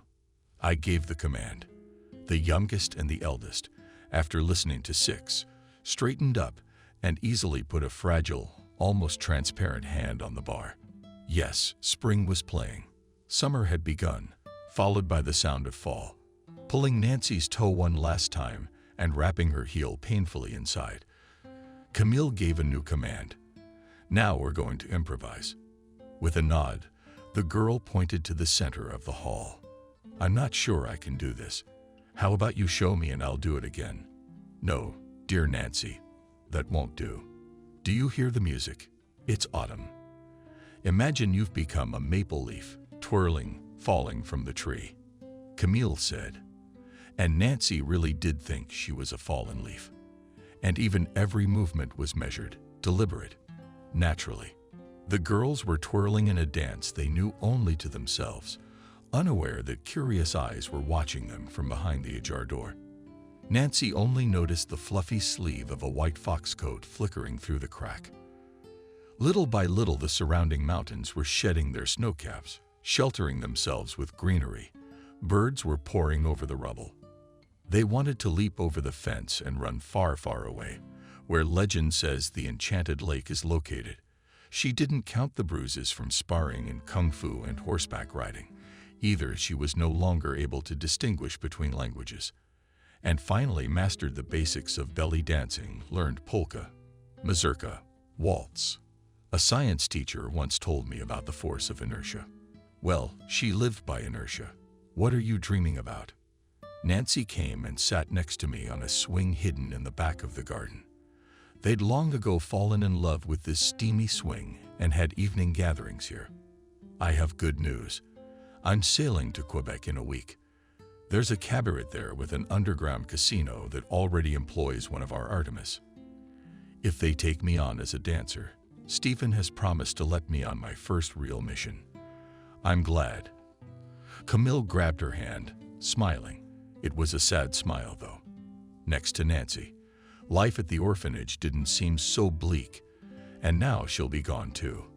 Have you started on the room yet? I was hoping you could help me, she said cheerfully. It's so strange to dance for yourself and forget about the audience. Here, we've always been taught to live for show, to attract attention. It's so strange not to be real. And no, swaying over the ocean in your head. It all depends on the point of view. Here's the sky, for example. Nancy pointed to the pink glow. It's blue, isn't it? Why does it pretend to be beaver, yellow, regimental in the evening, and then become black and wane stars at night? From a physics standpoint, the sky has no color. Nothing has color at all. It's just the wavelengths of light waves that change. It's only in our eyes. That's what I'm talking about. It all depends on the angle of view. Anyway, I got something here. Do you know tarot cards? No, I shook my head no. V. Golenishev. The tall boot. Nancy had a secret pocket. There she usually kept a small but sharply sharpened knife. You never know what a plotting knife will come in handy for, she used to say. Now a miniature deck of cards sat next door to the knife. These are unusual playing cards. They can tell fortunes, Nancy whispered ominously. Maybe you'd rather be a fortune teller and get a job in a cabaret. Think about it. You'd have no shortage of customers. Shadows and beauty. Nancy whispered without changing her tone. Wow, here come the lucky whistlers. Nancy, based on the fortune teller's role, is the ancient Roman goddess of luck. Fortune. She is fickle and may not always turn her back on a poor man, but may stomp the emperor himself into the mud. She doesn't care who stands before her. She is blind. And today, my dear, fortune has returned to you. What's that supposed to mean? Murmured this hourly nose. I'm going to win the estate cards and go to live by the sea. It means you'll have your chance not to miss it. Changed to a whisper again. Spun the card in his hands. Camille only shrugged her shoulders. She wanted to call her friend inside already, but she saw something scary. One of the towers of their stately home and disappeared like a Christmas firework. The map fell out of her hand. What happened? Nancy exclaimed anxiously, but Camille was already running into the yard, gazing into the fire. It seemed to her that the towers to the left of her favorite watchtower were engulfed in flames. Was someone there? The maids were already running out of the house.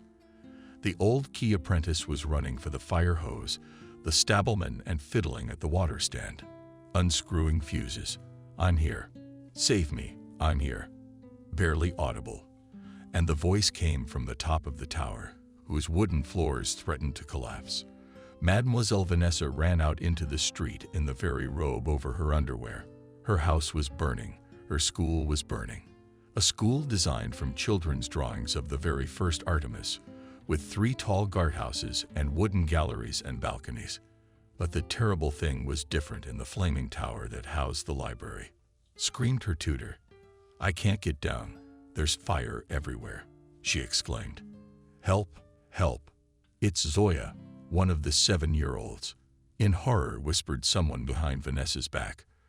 The housekeeper, Wendy, pressed the panic button, and the girls ran outside in droves, jumping into their shoes and wrapping themselves in diapers. Only one whispered inside, pushing her way through the crowd. Stop. Where are you going? Vanessa shouted after the green shadow, but it was already tapping its heels on the stairs of the central clock tower.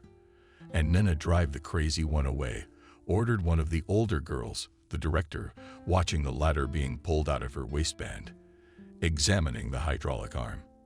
It seemed to her, a former Artemis agent, that it was all being done very slowly and very carelessly. She was just about ready to run into the burning tower herself when the very same shadow appeared from the window of the center guard just in front of the dial. Oh God! Vanessa clutched her head, noticing Strision of Artemis. She had heard her shouted at more than once, Ah well terre, Bibican. She cast a glance back at Mrs. Vanessa, then at the tower engulfed in flames, and without hesitation went on the ledge, leaping swiftly to the wooden balcony connected to the library. So what now? How did you get downstairs? Thunder would have carried you. Smoke obscured the top of the tower. I couldn't see very well. The equestrians set up a ladder to climb the steps, but Nancy was ahead of them, kicking the ball forward. She climbed up herself, holding the end of the hydraulic hose in her hand. Still, the ladder was short watteau, and there was no way to reach the top of the tower. Suddenly, from the top of the tower, tied with a rope, under the chest began to descend Zoya. She stood on the balcony and threw the rope over a metal bar. Like a lever, slowly lowered the 7-year-old down.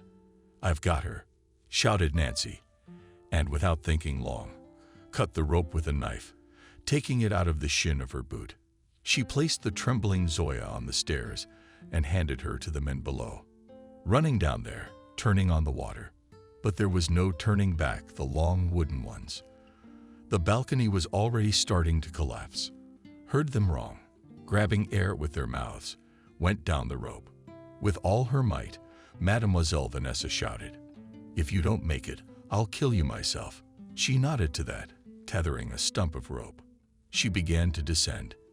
Catching her breath, Artemis watched the action as suddenly the rope burst and dust flew down from the height of the 4th floor. Vanessa felt like closing her eyes. For the first time in her life, she was numb with terror. Her eyes remained open. The field fell right onto a cart of hay that had unknowingly come from under the balcony. Mrs. Vanessa looked around and saw Gloria, Camille Sr., and Mara from walking away from the cart, pretending it was God knows whose merit at all. The towers were still blazing for a long time. The fire was put out, but the library could not be saved. And though Camille did not like to read very much, she felt sorry for the beautiful library. She was lying on a bed in the hospital, dreaming of falling asleep and forgetting. But she couldn't because of the pain. Her skin was very hot, and her throat was scratchy from the smoke she had swallowed. Long-bearded, the paramedic, whom Camille for some reason before beware, turned out to be a friendly uncle with an excellent sense of humor.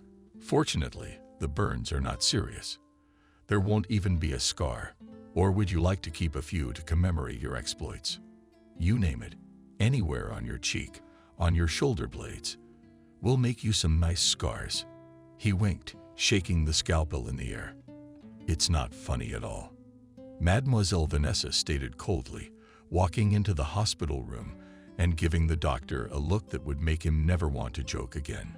Leave it, Mademoiselle Vanessa, Camille retorted. He's just amusing me. He says he needs your permission to inject me with morphine.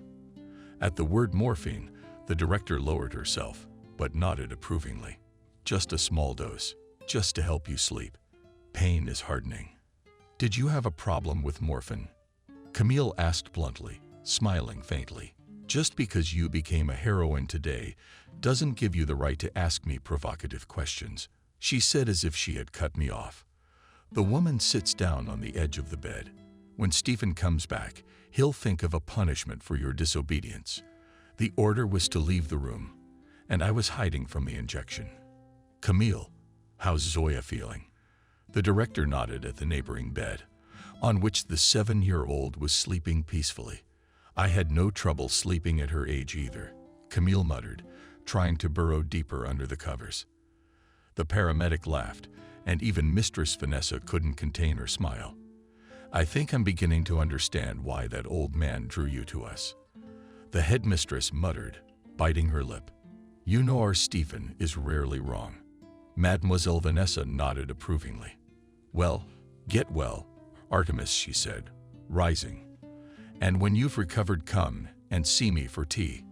Must discuss some changes in your program. The mother tongue is canceled. Camille whispered hopefully. No, by no means. But classical choreography is being added. Tell me, can you teach the girls the basics of ballet? If they had announced that she had become Queen of England or won a month's ticket, the girl would hardly have been more pleased. Mademoiselle Vanessa, may I kiss your hand? No's voice trembled and broke off. No sooner had Camille returned to class, still bound in several places with bandages. Forbidden to exercise for a whole month, she realized her world had turned upside down.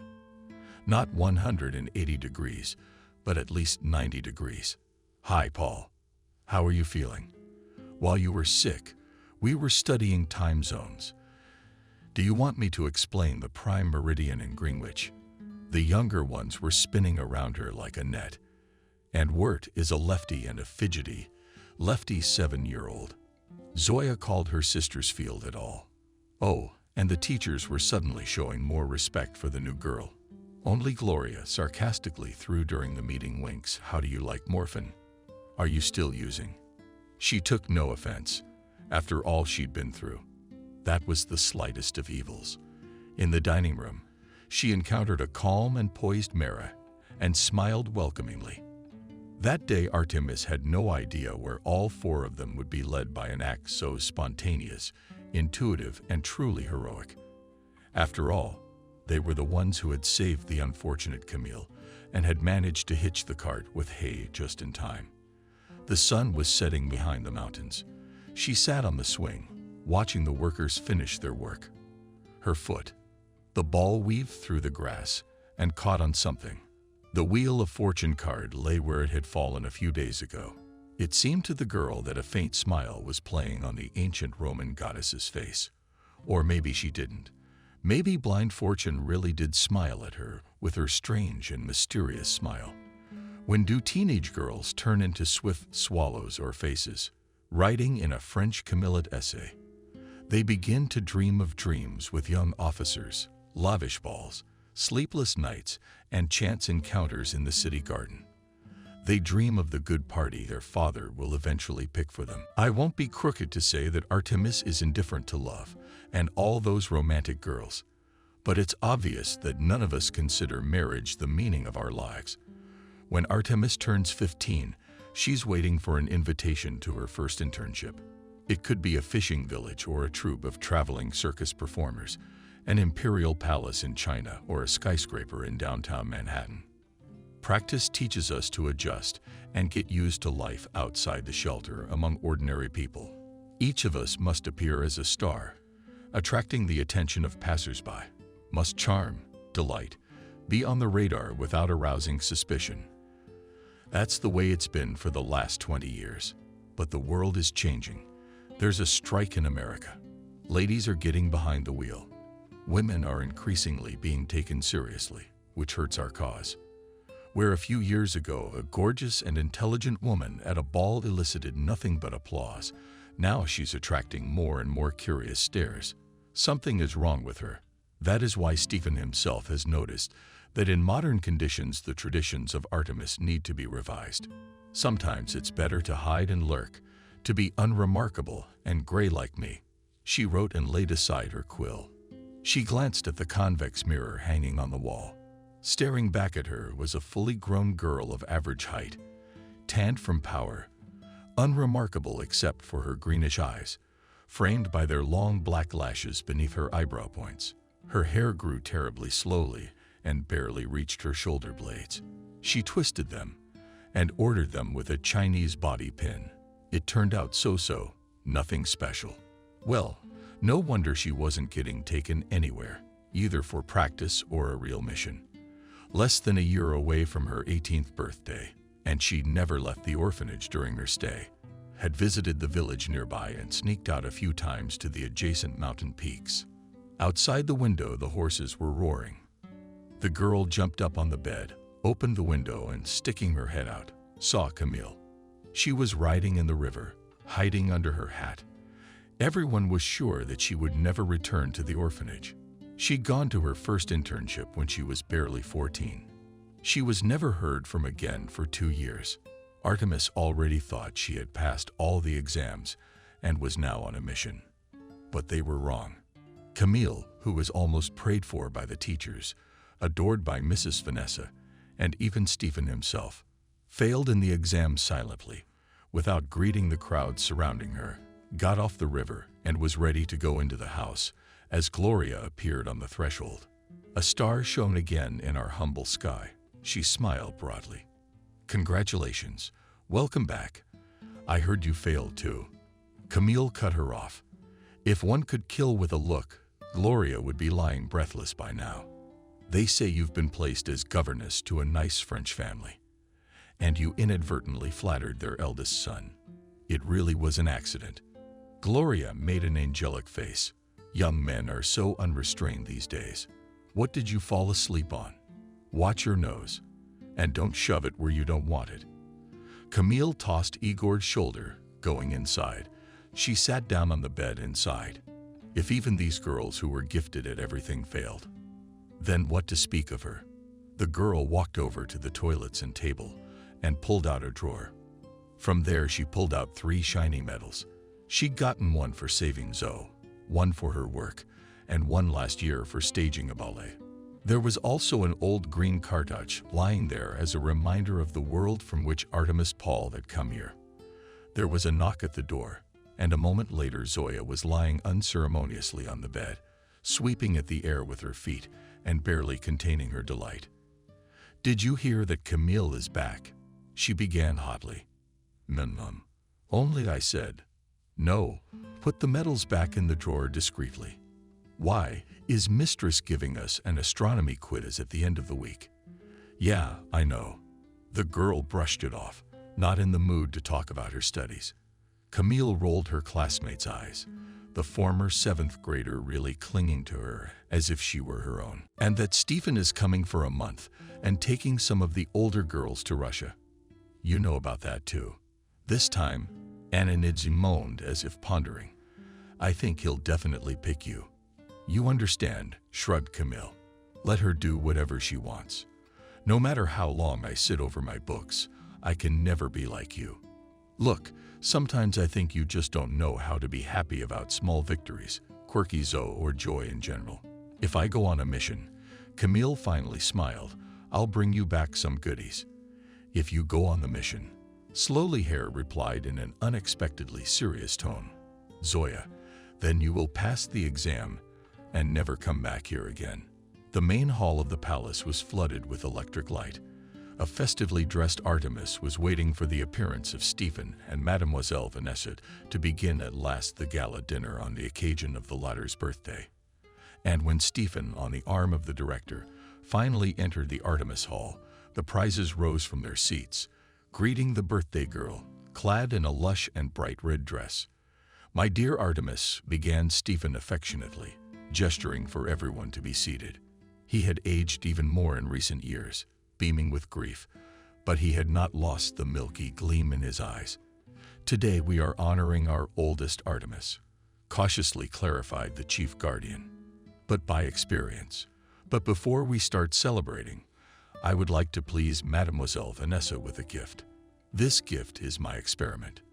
The first Artemis Orphanage Spy Team mission." The girls whispered. "That's right. Before, each of you would get an individual mission, and after passing all the practical exams, you would become a loner. Knowing that you all wanted to escape from the orphanage as soon as possible and start your adult life. This time, it's the likes of Artemis that will get the chance." Stephen paused and the girls held their breath. "The person who is best with cars and cameras, picks up a rifle in seconds, and runs the 100-meter dash the fastest. Emily," the girls exclaimed. The hall applauded loudly, and the girl only smiled modestly in response, fixing her enviable brown hair, a face that, despite her small stature, would not be afraid to face 2 or even 3 clean-cut men in hand-to-hand combat. It would be hard to name a science with which this young lady was unfamiliar. The best orators are silenced when this girl talks politics and civil rights. "Camille," voices shouted. Emily hugged her friend in joy, and she cast a barely perceptible triumphant glance at Gloria. A person born with a revolver in his hands is capable in mathematics and chess, so deftly calculates winning combinations in gambling. The hall laughed. Now everyone was already looking at Gloria with envy and hidden delight, all except Camille Sr., in the depths of whose eyes trembled indignation and real terror. "I'm not going with her." She jumped up from her seat, and everyone turned their heads to her at once. "Sit down." Stephen's voice hammered Camille back into her chair. "No one gave you the right to vote. You even failed the elementary exam," he went on, steady and calm. "And the last member of the group, the face that managed to unite, instead of disuniting the face on which I pin a lot of hopes, does not burn in the fire and is not afraid of heights." "Paul," shouted Camille's classmates, clapping her joyfully on the shoulders. "She herself is sitting at the table, and Jovania is dead. She's on her way to fulfill the mission." "Paul." "Really?" Gloria Ioana exclaimed with one voice. "Yeah, newsflash. Girls," Emily couldn't take it. "Taking on the responsibilities of a senior, take this as just another adventure." All 4 looked around warily, pointedly. "My dear birds," Stephen addressed them, "already tomorrow, I'll ask you to pack your bags and prepare for the whirlpool. Until then, are you celebrating? Our cooks have done a great job today. Artemis, you took up knives and forks, poured cherry kissel, the gramophone played Beethoven's Ninth Symphony, and Mademoiselle Vanessa laughed her beautiful chesty laugh, answering Sam's joke. Only the 4 girls couldn't swallow a bite of the roast. The adventure they were looking forward to, dreading and fantasizing about, would begin tomorrow. It was this adventure that brought them to that ill-fated cafe in the dressmaker's shop. She met her mother, and there was no end to her happiness. After the punishment, it turned out that she did not fail in her mission, and cunningly beat off her friends in advance, let down one foreigner. Everything happened rapidly. To the task she approached quite ingeniously. She threw out to sit until morning with the child prima ballerina of her old acquaintance, and late at night sat at the bar, where she walked knee to her object. He was suspected of espionage, and it was necessary to search his apartment so as not to leave any trace. The foreigner went out for a smoke and saw a woman in tears sitting on a bench in the distance. A baby was crying frantically. "Young lady, It's not right to make a mistake here. You should go home. My husband had too much to drink and attacked me. I barely escaped. There's nowhere to go." She sobbed fake, but quite naturally. "Here you go. It's not far." The foreigner held out a bunch of keys and dictated his address. "You go ahead. I'm not going home tonight. I have a little rendezvous with a lady, and in the morning we'll go and see your husband." She had no trouble getting home. It only took her 300 hours to find the stash. She took the files with her and left the apartment door unlocked. Mission accomplished. The agent came back, barely crossed the threshold, couldn't believe his eyes. The rug on the floor had been moved. He had been so careless in his drunken stupor, trusting a woman with a baby. How could he have stumbled like that? Frantically, he peeled at the carpet. The man checked the stash. It was empty. Taking a deep breath, the spy pulled a vial from behind his sinus and drank it in a gulp. Business and life were over for him. The rest of Artemis had already disgraced. The brilliant maiden prodigies had to return to the orphanage. They had failed their exam, but the case united them. They no longer quarreled. A stellar farewell took place in the evening. The girls knew that the same Paul would be at the ball, the handsome man who had lived for years in the imagination of the now beautiful Camille. Gloria whispered angrily in her friend's ear, "So unfair. We've all fought the ghosts of our past to the end, and you're staying for the last day. I've accomplished the mission." "That's not where the mission is." Gloria pointed to the door where Stephen was drinking tea in the next room. "Is she here?" The blonde put her hand to her heart. "No matter how fast you run away from her, you still can't escape." "I know." Gloria opened the closet, took out from there a green dress, worthy of a Roman goddess, pearls, and a good hat. "Where did you get it all?" Camille was surprised. Working in a brothel has its perks. "So what kind of lipstick should you wear with that dress?" The girls arrived early. Jenna Kajewski and Nina's mom was already waiting for her daughter, happily shaking hands with the others. Artemis. And then a young man appeared at the entrance, dressed in a simple light-colored shirt and a summer jacket. Silver cufflinks gleamed on his sleeves, and his shoes were clean to a shine. Even under the shadow of his hat, Camille could recognize his face, make out the familiar thin features of his chin and nose, his achingly familiar silhouette. Gloria elbowed Camille. It hurt. "Would you like to come over and say hello?" She only shook her head negatively. "If you dislike this officer so much, can I have him for myself?" It wasn't told. He even came to the hotel. What's it gonna be, a black eye or different hair?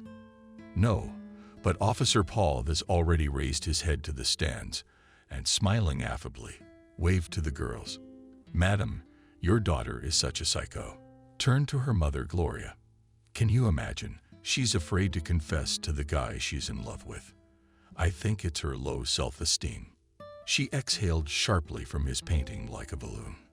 It seemed to her that if she didn't, she would burst with anger or outright scratch Gloria's eyes out. But after all, her truth. Gloria was right. Handing her umbrella to her mother, Camille picked up the hem of her long dress and walked quickly down the stairs. Gendarmerie officer Paul stood like that at the entrance to the sports complex, watching with misty eyes as a short-haired young lady in gloves and a high-heeled hat came down to him. He had 1,000 confirmations. Her mother was standing at the podium, but the staff captain still couldn't believe it was really her. "I came to thank you for your help." "You're beautiful," he said, and grabbed Camille's hand. After another moment, he was already running down the street and dragging the girl with him. "Hey, let me go," Camille begged. Confronted the officer. "You have no right." "Is that so? What are you? What right do you have to disappear and reappear in my life?" His eyes and disappeared. Tears glistened in the military man's eyes. "I missed you so much. I loved you so much. Don't ask me anything. A girl came in. I won't be able to answer you. And tomorrow I disappear again. So there's no point.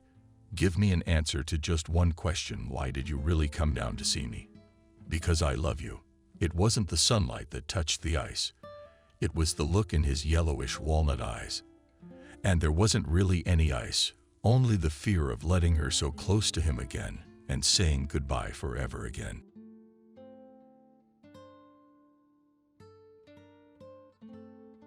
Subscribe and click the bell.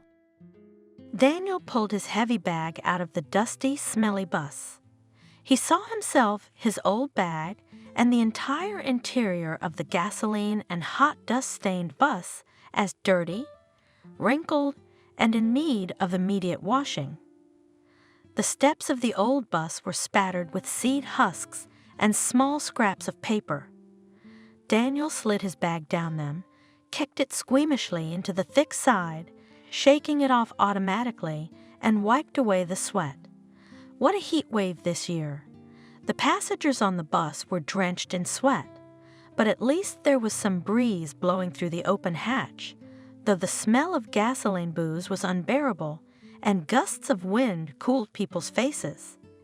And here, in the middle of a huge field, where only a lonely sign stood, there was nothing to breathe. The heat is standing, in the face carries the hot smell of the field, on which some places are already becoming obvious splotches, so burned out grass under the scorching sun. And the yellowing grass and pathetic bushes on the roadside looked almost as uncomfortable and unkempt as the bus that had just left, hiding in the clouds of dust. Here it was his native side, such a familiar and yet forgotten place. What a sin to say! It looked rather shabby, his native village, there on the hill, and it was still 1.5 kilometers to carry the bag to it. He wanted to get here as soon as possible. After all the things he had seen in the past few years, Daniel was not interested in this landscape, or the village streets, which stretched from top to bottom and were clearly visible from here. He was a practical man. Rather than reminisce about unfulfilled dreams, he should think better of where to stay.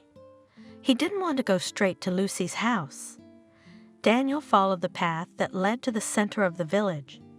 His second cousin lived there. They hadn't seen each other for 10 years, if not more, and there wasn't much friendship. But his sister might let him stay there. It was good that Abigail didn't like his ex-wife Lucy, so maybe it would work out. Daniel recognized the old woman who was coming toward him at once. A tall, heavy figure approached from across the street, leaning heavily on a stick and limping on both legs. There was no mistaking her for anyone else. It was their neighbor, the terror of the whole village, strict and fair Clara. Since she had worked all her life as the head of a dairy farm, she was used to giving orders to milkmaids and half-drunk cattlemen with a thunderous voice. She was also known for the fact that she was not afraid of any superiors, and she always told everyone in the eyes what she thought, and she thought in the collective farm way, in the owner's way, so that everything was fair. That's how she defined her attitude to life. She had no husband, so she lived on her own, taking other people's sorrows and troubles as her own. She was a true mother commander, masculine-looking, with a loud voice. On her feet, Mrs. Clara, she hadn't even changed. She was a flint. Daniel grinned to himself.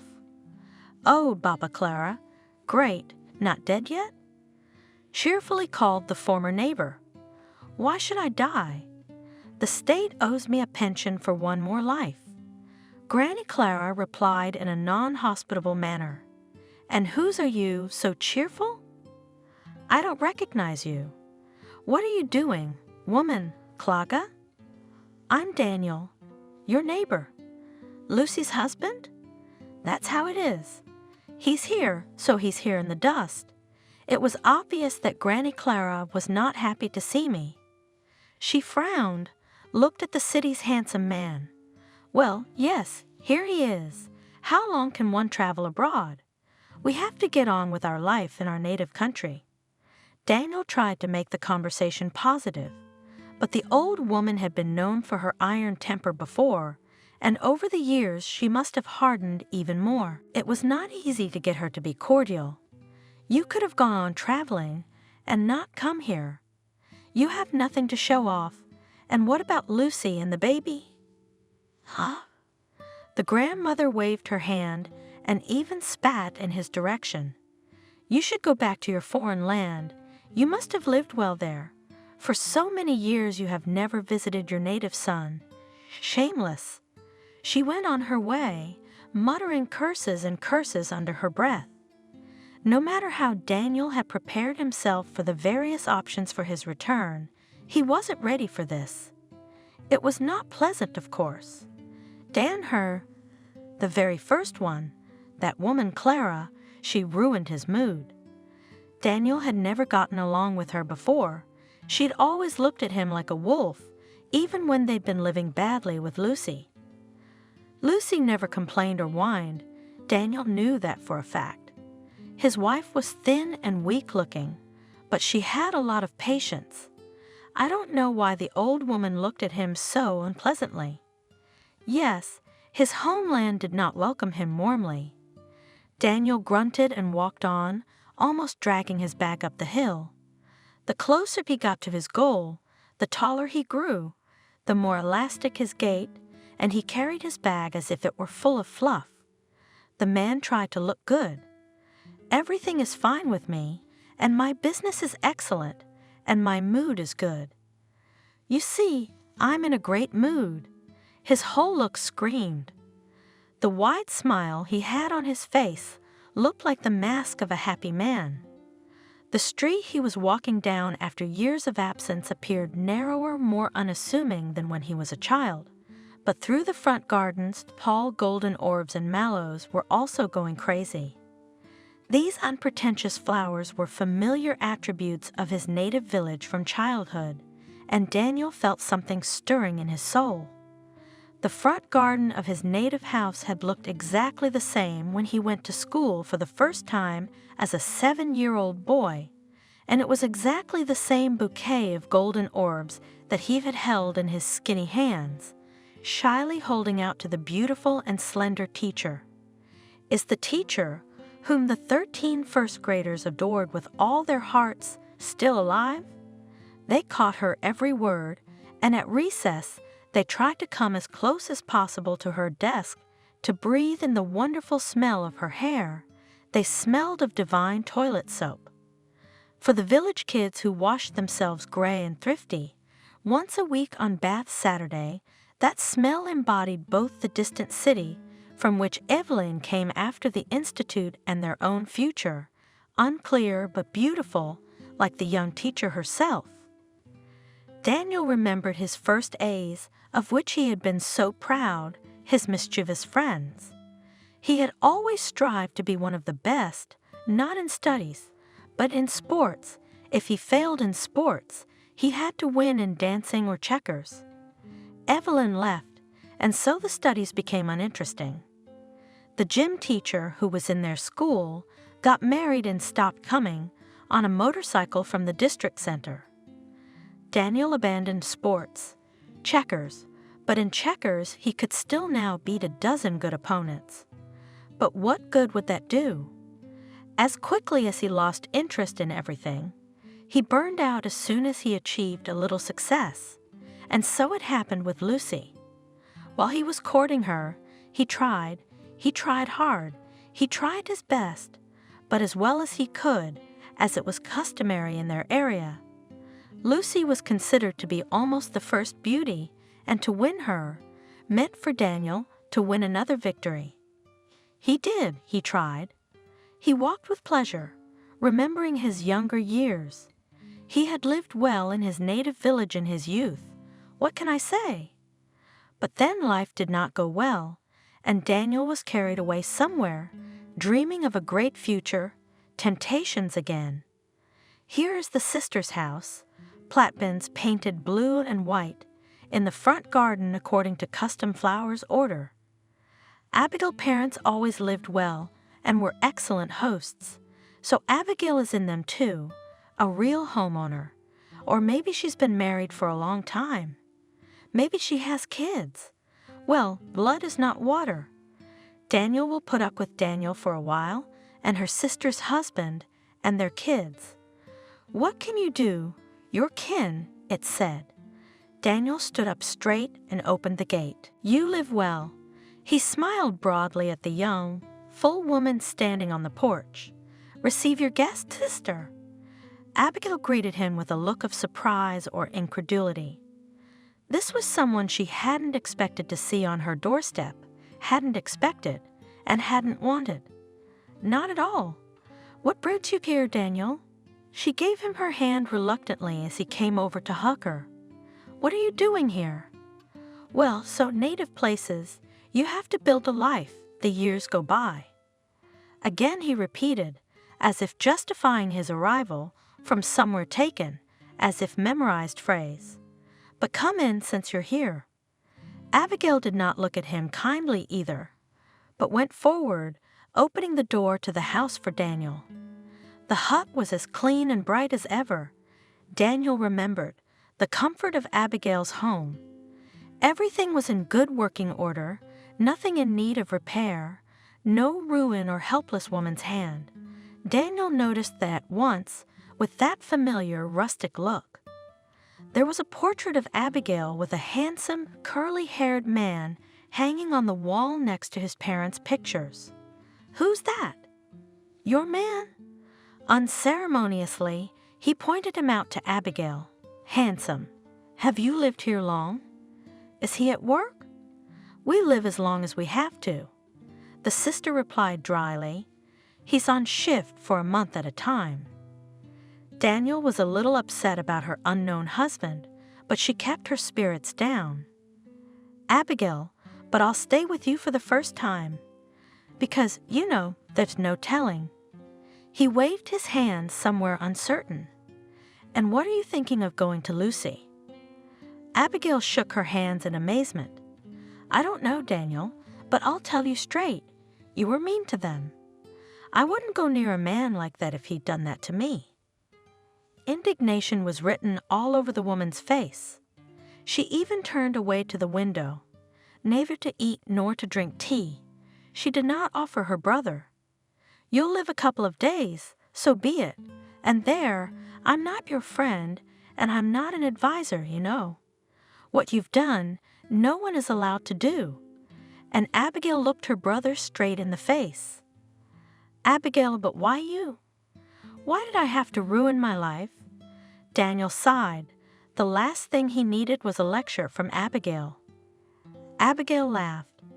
"So you've fallen out of favor and decided to be a husband and father again." "Well, I am a husband and father, and what's past is past. I'm not a boy anymore. I've seen life. I've seen different people. I've traveled. I understand the value of real life, Abigail." Daniel was getting hot. He had not expected to take his sister's reproaches so seriously. "You can't change the past now, and I have big plans. I even have a lot of good plans. I hear that Lucy is doing very well." Abigail grinned as she listened to Daniel's outpourings and couldn't help herself. "Is that why you came back? Is the kitty licking the butter?" "Yeah." "Right. Lucy's doing very well now, and she's cured Mason, and she's got a new house, and she's got a lot of suitors. So I think you're gonna have to suck it up. You don't know how much Lucy loved me, do you? Kissing my feet on the ground to keep me going. Of course she believed you, simple as that. She got married. She was going to live well. She gave birth to a son for you, you fool." Abigail wiped her eyes, remembering vividly her own worries about Lucy and Mason. "Don't be so hard on me, sister," Daniel said peacefully. "I'll stay with you for a few days and look around. You'll see how happy she'll be when she finds out I've decided to go back to them." "Yeah, right?" Abigail was outraged. "You've been gone 10 years. What are you hoping for?" "Lucy, she's kind." Daniel smiled crookedly, convincing himself first. "She'll be glad to see me. You're a fool to be happy with you." Abigail cut him off. "You're mean, Daniel, really mean. No matter how you justify yourself, you're not a man. We'll figure it out." Daniel protested. "I was not the last man there either. I worked at the construction site. Do you know how I worked? Ask anyone. I worked hard. No one had Abigail to ask about him, and there was no reason to. She knew perfectly well who she was dealing with, lying and deceiving himself as always. He seemed to talk himself into believing his own words. He protested and went back to persuading himself. You're Abigail.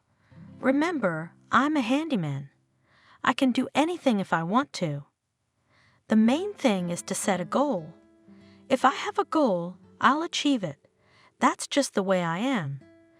Daniel looked at his little sister and tried not to notice her judgmental, purely womanly, a little pitying look, and it was unclear whether Abigail actually felt a little sorry for him, or whether she was sorry that he was really her relative, a third cousin, a brother. And he again pretended to himself that he had not heard, but he had. He didn't believe his stupid sister. What did she know about people? People like him, purposeful, seeking, and what was his opinion? His sister sat him down at the table, cut lard, warmed soup, brought a table full of herbs from the garden. Daniel enjoyed plump cucumbers only from the bed, tomatoes cracking from their own juice, crisp onion stalks, and praised his sister. Well, Abigail, you're just like your mother. Aunt Nina was a famous vegetable gardener all her life. It was not for nothing that she worked in vegetable growing on the farm for so many years. Even my mom didn't have such tomatoes, even though Aunt Nina used to grow them. What a hostess you are! Abigail, indifferent to flattery, sat sadly. Her face never brightened. Don't they feed you like this in the cities? She did not lower her mocking tone. When I left, I had never eaten such lard and pickles. Shoeing, Daniel said nonchalantly, my native land, it's yielding. Little by little my sister thawed. Daniel, you haven't found happiness in distant lands. She sighed contentedly. Lucy, your Lucy, she left too. Yes, she didn't settle down either. How did she leave? Where? Daniel choked and stared at Abigail, froze with a cucumber in one hand and a spoon in the other. Chew on that, or you'll choke on it. Abigail looked at him with annoyance. She came back later. There were all sorts of rumors, but nobody knows anything. You drove off with your tail between your legs, but Lucy was as if her soul had been taken out of her. She never left the house, never talked to anyone. She lived in lockdown, then she moved away. For 5 years, we didn't hear a word about her. We'd already forgotten her. But she came back. She came back 5 years later to your house and immediately started to build a new house on the plot. Daniel was silent, sitting there with a cucumber in his hand. A new house? He only asked in astonishment. That's it. She lives with Mason in the old one, and next to it she builds a big one, just like a palace. You can admire it. She hired builders from somewhere far away, not local. Ours would at least know something, but these swarthy ones don't even speak our language. Moldavians? They live right there, at Lucy's, in the anteroom. Is it really true that nobody knows anything? Daniel asked. No. People went crazy at first. Where were you all this time? Where did the money come from? How did you get it together? They tried to ask questions, but they wouldn't say anything. How is she? Doesn't she go out for bread? What does she feed the workers? She rarely goes to the local stores. She goes to the city. Despite her model-like appearance, Lucy was a quiet and modest girl. All the girls in the village were big, tall, and overweight, blood and milk. Noisy, vocal local girls could hurt the unwanted groom with a strong word and stand up for themselves, and if necessary, to scoff and hard to get their own way. Among them and the newcomer was like a sparrow in a flock of crows, small and not loud. Daniel wanted just such a bride, and it was not hard to choose. She was the only one to whom his heart lay. "What do you see in that pale marshmallow?" Mother grumbled. "She can't milk a cow. She can't draw water. She's a weak girl. She's of no use in the farm. There's Doris. She has tits like a dairy cow and strength like a man. My father is in charge of the grain mill. That's why the house is full. If it's built that way, my brother is a forester. I'd marry her. I wouldn't be in trouble. But that girl, why do I need Doris, Mom?" Daniel laughed. "We already have cows. I don't have to milk her. I need a wife, so I won't be ashamed to take her out. Not a horse. I'm not going to ride it. I'm going to live." "How are you going to live? With a city fashionista? She probably can't even melt a stove. She's got one too." Daniel didn't listen to his mother. He liked Lucy, and her gait was smooth. He looked at her 100 times when she walked past their house from the library, and gray eyes, so big that you can drown, also looked, what a sin to say. But Lucy herself went away quickly. You can't talk to her. You can't hug her like your girls. She was very strict, but he liked that she didn't let anyone near her. One look as if threw the guys away. If anyone dared to laugh, to press in a joke in a corner of the club, hapless suitors were embarrassed and withdrew quickly, until friends did not notice the failure and did not ridicule. Daniel had been looking for an approach to Lucy for a long time. He went to the library as if he were on duty. He flipped through a lot of magazines at a long table, tried to talk, but only the girl answered in one word, short and clear. Daniel gradually got used to the printed word, just not a fool, studied not worse than everyone else. He was also well regarded at school, and he turned out to be a good electrician. Again, not dirty work, not near cattle, for example. He wore clean clothes, was proud of his specialty. In any place people like him are needed. He used to read, and Lucy used to give him books. "And you, Daniel, have you read about McCluco McClay? You're always looking at travel magazines. Maybe you'd like it?" And she held out The Man from the Moon. "I read it. We discussed the book. From that book, their friendship began. You to me, Lucy, beautiful, more similar find a book?" He asked, smiling. "You have a talent for librarianship. Immediately see into the root, understand who is interested in what, and continued to shower the girl with compliments. I must say, his praise was heartfelt. He really saw in Lucy only good. And Lucy, bookish soul, finally saw in him, as it seemed to her, an interesting interlocutor with whom you can talk.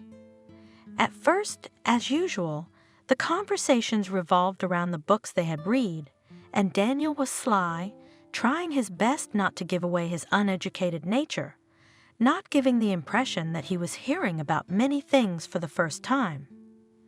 More on that later. What only they did not talk about, fall and winter evenings, in an empty reading room. To tell the truth, this library was not such a popular and crowded place. Gone were the days when half of the reading room was occupied by young guys who were happy to sit at newspapers and magazines until the start of the movie. Regular readers, really keen book lovers, went in the afternoon. Children from school were also brought in during school hours or right after school, and then the quiet hall was filled with children's hum. Printed editions on the tables were scattered in all directions, under the children's quick hands. Children would come in whole classes, talking and laughing, and on such occasions Daniel would leave at once to return in the evening when Lucy had finished her work and was going home. It was especially good for Daniel to be here in bad weather. There were no people, no one walking in the rain or blizzard to the library. Outside the window of blizzard or rustling rain, You could hear someone slapping on the puddles, and the library was warm, the radiators crackling cozily, and he and Lucy just the two of them. He was enjoying himself and sinfully proud. The prettiest girl in their village, there she was right next to him. If you wanted to, you could take her hand, stroke her blonde hair, and most importantly, you could stare at her as long as you wanted and admire the major movements of her hands, watch her speak, watch her lips part in a smile. About the big gray eyes, he would have liked to write poems, but only could not. He felt it all deeply, as it seemed to him, in his heart, but he could not tell about it, even if he died. "Lucy, let's go to the movies. They brought a good movie today," he said once he made up his mind. I must say, while they were talking about books, Daniel could still explain himself, but when it became clear that it was necessary to somehow move forward in the relationship, again confused. "Let's go." Lucy agreed unexpectedly quickly. "I saw the poster. I really wanted to see it.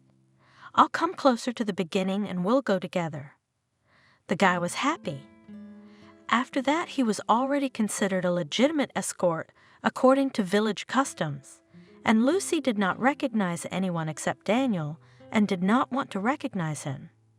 She had already, as it turned out, become imperceptibly accustomed to him. "You guy, you're getting there." His mother scolded him angrily at home. "Look, you'll be tormented with her. You'll do everything yourself, mark my word. Then don't take offense at me.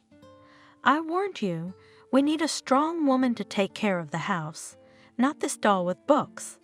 Mom, stop your whining." Daniel snapped languidly. "I'll get married anyway, you know me." They continued such angry quarrels until spring. Finally, at one opportune moment, Daniel made up his mind and asked Lucy, "Why don't you introduce me to your parents? You know all my parents, you know all the people in the village, and you have already recognized me." "What parents, Daniel?" Lucy was surprised. "I'm from the orphanage. I have no one in the world, no relatives, no one. I can only introduce you to the director of the orphanage. She is a wonderful woman. She was like a mother to us. I always write her letters." Deep down, Daniel was even happy. Lucky, God forbid. No one would prevent them from living as they wanted. No one would interfere in their lives. No one would command them. He had had enough of his own mother. She teaches and teaches. She's exhausted. Mother surprisingly calmly perceived his decision to marry when she learned that the future daughter-in-law round orphan. "It's for the best," she said. "Ours will be ours our way, and she'll live her life." But Daniel immediately declared, "Well, no, we will live separately. With you will not boil the porridge. You with your moralizing will not give us peace.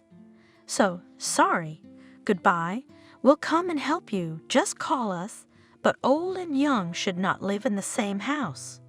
"Wow, you raised a son." The mother wailed, "Why are we throwing you out on the street?" From time immemorial, a bride was brought to her mother and father's house. "I've made an agreement with the chairman. There's an empty house near the board. Remember? They'll give it to us for the first time, and we'll buy it back from the village. Well, it's a nice house. Mother has accepted it. Don't forget your mother. Do you hear me, son?"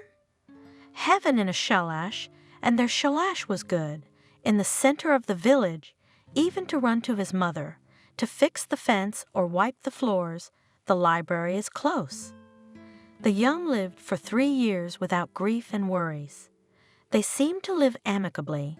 There were no reasons for quarrels. What else? Unless they had a baby to complete their happiness. And that was the stumbling block. Lucy got pregnant. She walked with shining eyes and quietly rejoiced at the upcoming happiness, but it turned out that Daniel did not dream of a child at all. "Come on, Lucy, let's live for ourselves. Why do we need a baby now? "We're still young. What are you doing?" Lucy was amazed. "What do you mean? Why have a baby?" "It's the most important thing in life. It's the most important thing in life." "Yes, you'll have time to give birth 100 more times. Her husband is boiling. Now he's going to tie you up. Let's make a deal. You can go to the abortion. 5 minutes and you're free. Can you believe it?" "No, no way." Lucy cut me off. "I've never had a family. I want a complete family so that my son or daughter has a father and a mother, a grandmother, relatives to be. Unknown heredity, childhood in an orphanage, it's all taken its toll, of course. And she was so depressed for the whole 9 months she carried the baby. Lucy was having a hard time. The pregnancy was complicated. Lucy was hospitalized several times. Daniel became depressed. The usual way of life threatened to be disrupted.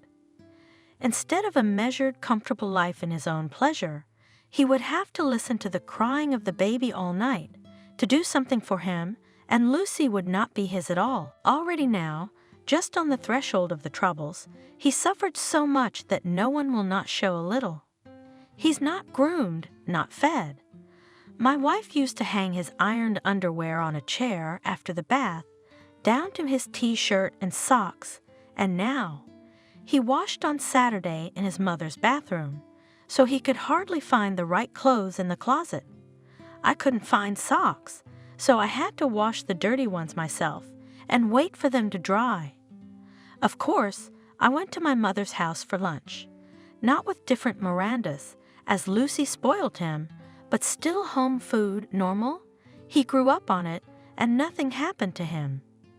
But he wanted beautiful, healthy dishes for his stomach. Daniel was used to variety, but his mother's old woman had a menu.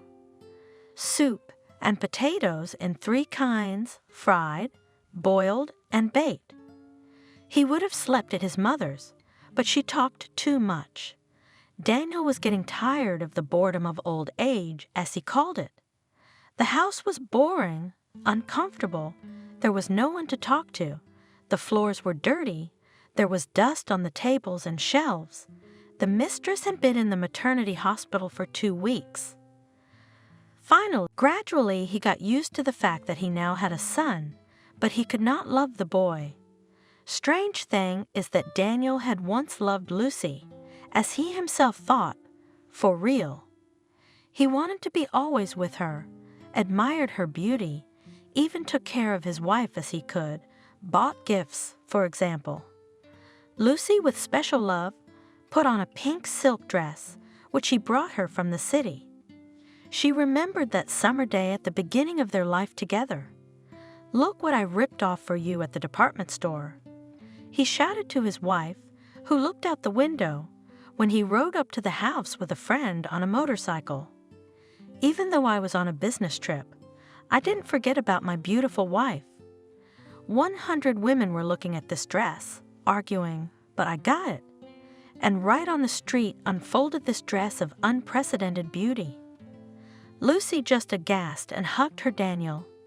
He took care of the housing, and at first he arranged everything in the house. It is impossible to say that he was a bum or a drunkard. In the village he was considered a smart and not at all lazy electrician, and he often came to his mother's house to fix the roof or the fence. And when Mason was born, something changed in Daniel. Jealousy of his own son overpowered his love for his wife. It is true that Daniel was not particularly warm-hearted before. He had no friendship with anyone. He only told his wife that he was with friends. In fact, he was so busy with himself that he had no interest or time for others. Lucy noticed a motherly, unkind attitude towards people. He saw faults first of all, and then she saw her son.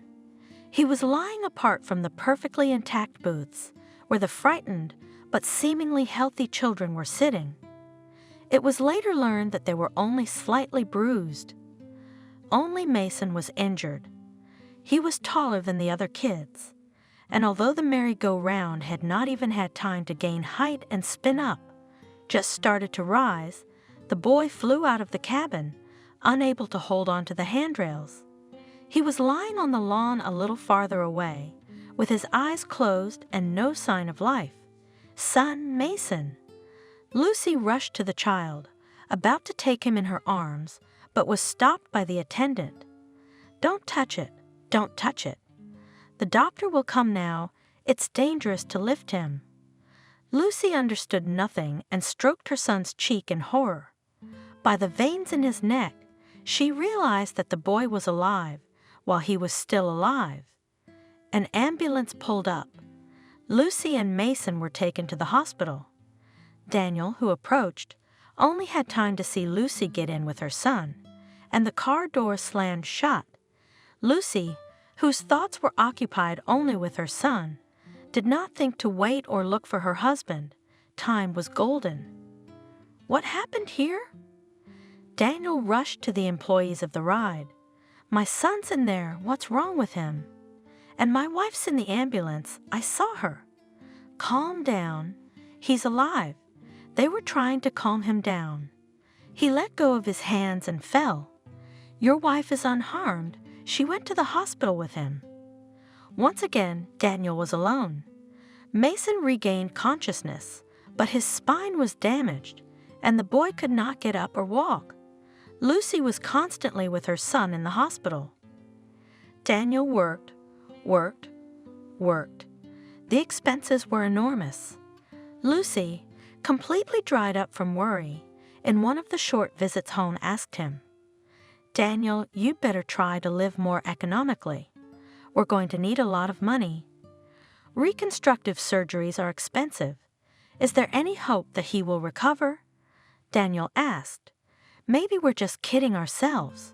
The doctors are giving us a chance." It was obvious that Lucy herself had little faith in this, but she continued to fight for her son. Daniel tried. Money never hurts. He understood that well. He didn't like going to the hospital. He said he was tired at work. Lucy felt sorry for him. She was with the boy, let her husband rest. To look at the crippled child, the father could not and did not want. His estrangement from his son deepened. Again an empty house, again loneliness. He was tired, exhausted. There was no desire to go to his mother, tired of her grouchiness. The young man wanted warmth and comfort, a woman's care. When will it end? He was indignant when Lucy once again came to check the house and put in order, wash his clothes. "Well, I'm not at the resort." The wife was offended. "Do you want to go to the hospital, and I'll go to work?" She knew perfectly well that this would never happen, that Daniel looked like a fool. To lose the only thing he had left, his freedom. No, he couldn't empathize with his bedridden child of 3 years. In that time, Daniel had acquired a convenient mistress. Miranda worked as a clerk at a bakery in a neighboring town, and a couple of times Daniel had stopped by the bakery for a snack and encountered her feminine, greedy gaze. He felt he had nothing to reproach himself for. God knows he tried. For 3 whole years he had endured loneliness, lack of comfort. Almost always alone without his wife, no one could stand it. How many times? He just turned 30, the age when you want to live. Now at every opportunity he went to Miranda, who always waited for him with a table set and pastels undone. And at home there's only work. Money going to doctors and drugstores, a tired aging wife and a crippled son. More than once and more than twice, he tried to explain to Lucy that all this treatment is completely useless. "Lucy, you understand, finally, if at once they could not do anything, then now you certainly will not be able to. Why are you wasting money?" "What are you saying, Daniel? He's our son. You have to grab every opportunity, you understand." Lucy was almost screaming. She, too, was on the verge, desperate. She came home from the hospital, hoping to get advice and support from her husband, but he looked indifferently away and mumbled, "I understand. But I don't understand why I have to work from morning till night, and I can't even buy new pants." Lucy was slightly taken aback. What is he talking about? She opened her closet and began to lay out a pile of his clothes in front of her husband. "Do you have nothing to wear? Aren't you afraid of God? I'm going to throw out all this old stuff." Daniel shouted, his nerves strained to the limit. "Are we a family or an infirmary? Am I married or not, after all? When are we going to have a normal life? We'll never live normally because you don't love your son." Shouted in his face Lucy, "You only care about yourself." The woman's heart had long ago cooled to this man, but by inertia, she continued to consider him a husband and bestowed all the signs of respect. What is there? She served him even now, when there was no longer any strength left. And when Daniel went to town a couple of days later, she was not surprised. "I'm going to visit my folks for a week," he said. "At least I'll get some rest." Lucy did not understand his action, but did not dissuade him from going. Something about her unknown kin flashed in her head, but she did not even pay attention to such trifles. What did they mean compared to what she and Mason were about to face? Daniel had already arrived at his perky barmaid's house in anticipation of the festivities. "Daniel," she cooed, "I finally have you. How long have I waited for you?" "Well, I'm not letting you go now." "Yeah, you won't." Daniel laughed, pleased with the warm welcome. "I'm a free bird. I love freedom. You can't bait me." "We'll see about that." Miranda purred, taking off his shirt and kissing him. "Maybe I will, or maybe you'll want to stay with me forever." "Oh, Miranda, you're a hot woman," Daniel whispered between kisses. "Do you want to deprive me of my last strength?" After a long lovemaking, supported by food and alcohol from the famous buffet, the luggers lazily discussed the situation. "Leave them alone," pulled Miranda. "The child is an invalid. They used to put such children in an orphanage, and your clutch will never be young and beautiful, Daniel. What do you need her for? Look at me." She stood up on the bed, stretched her bare arms toward him, stroked her thighs and looked languidly at him, urging him to appreciate her feminine virtues. Wow, how appetizing. Daniel laughed and drew her back into bed. Everything he was used to was here, everything he needed for a comfortable existence. Daniel was leaning more and more towards the option that Miranda had suggested. "Okay, Miranda, I'll go there. I'll settle some things, and I'll be with you forever." "Oh, Daniel," Miranda shrieked and hugged him with renewed vigor. "How wonderful! You and I will go to a faraway place where no one will bother us." 2 weeks later, Daniel returned home. How miserable it seemed to him now, their home together with Lucy. He looked around. Nothing was dear to him. Nothing was nice. Of course, they had already paid the full amount for the house, along with his wife. So Daniel reasoned that he would leave the house to Mason and Lucy, and he owed them nothing more. That's it, he said to himself firmly. That's it. He'd been going to Miranda's house for a year, no children, no relatives, a nice place to live. Why shouldn't he live there? She's dusting him off, and then we'll see if Miranda's right. They should go to some big construction site. They're not hard workers, of course, but they want the money. Daniel prepared for the conversation carefully. He waited until Lucy and her son went to the hospital for another doctor's appointment. He went through his belongings and carefully put them in his bag. He also counted the money that Lucy had collected for her son's treatment and carefully put it in his pocket. After all, he was the one who earned it, so what should he do? To show up empty-handed at Miranda's as if he were a pauper and a beggar. He had everything ready when Lucy and Mason came back. Lucy looked at the suitcases right away. Are you going somewhere? You just got here."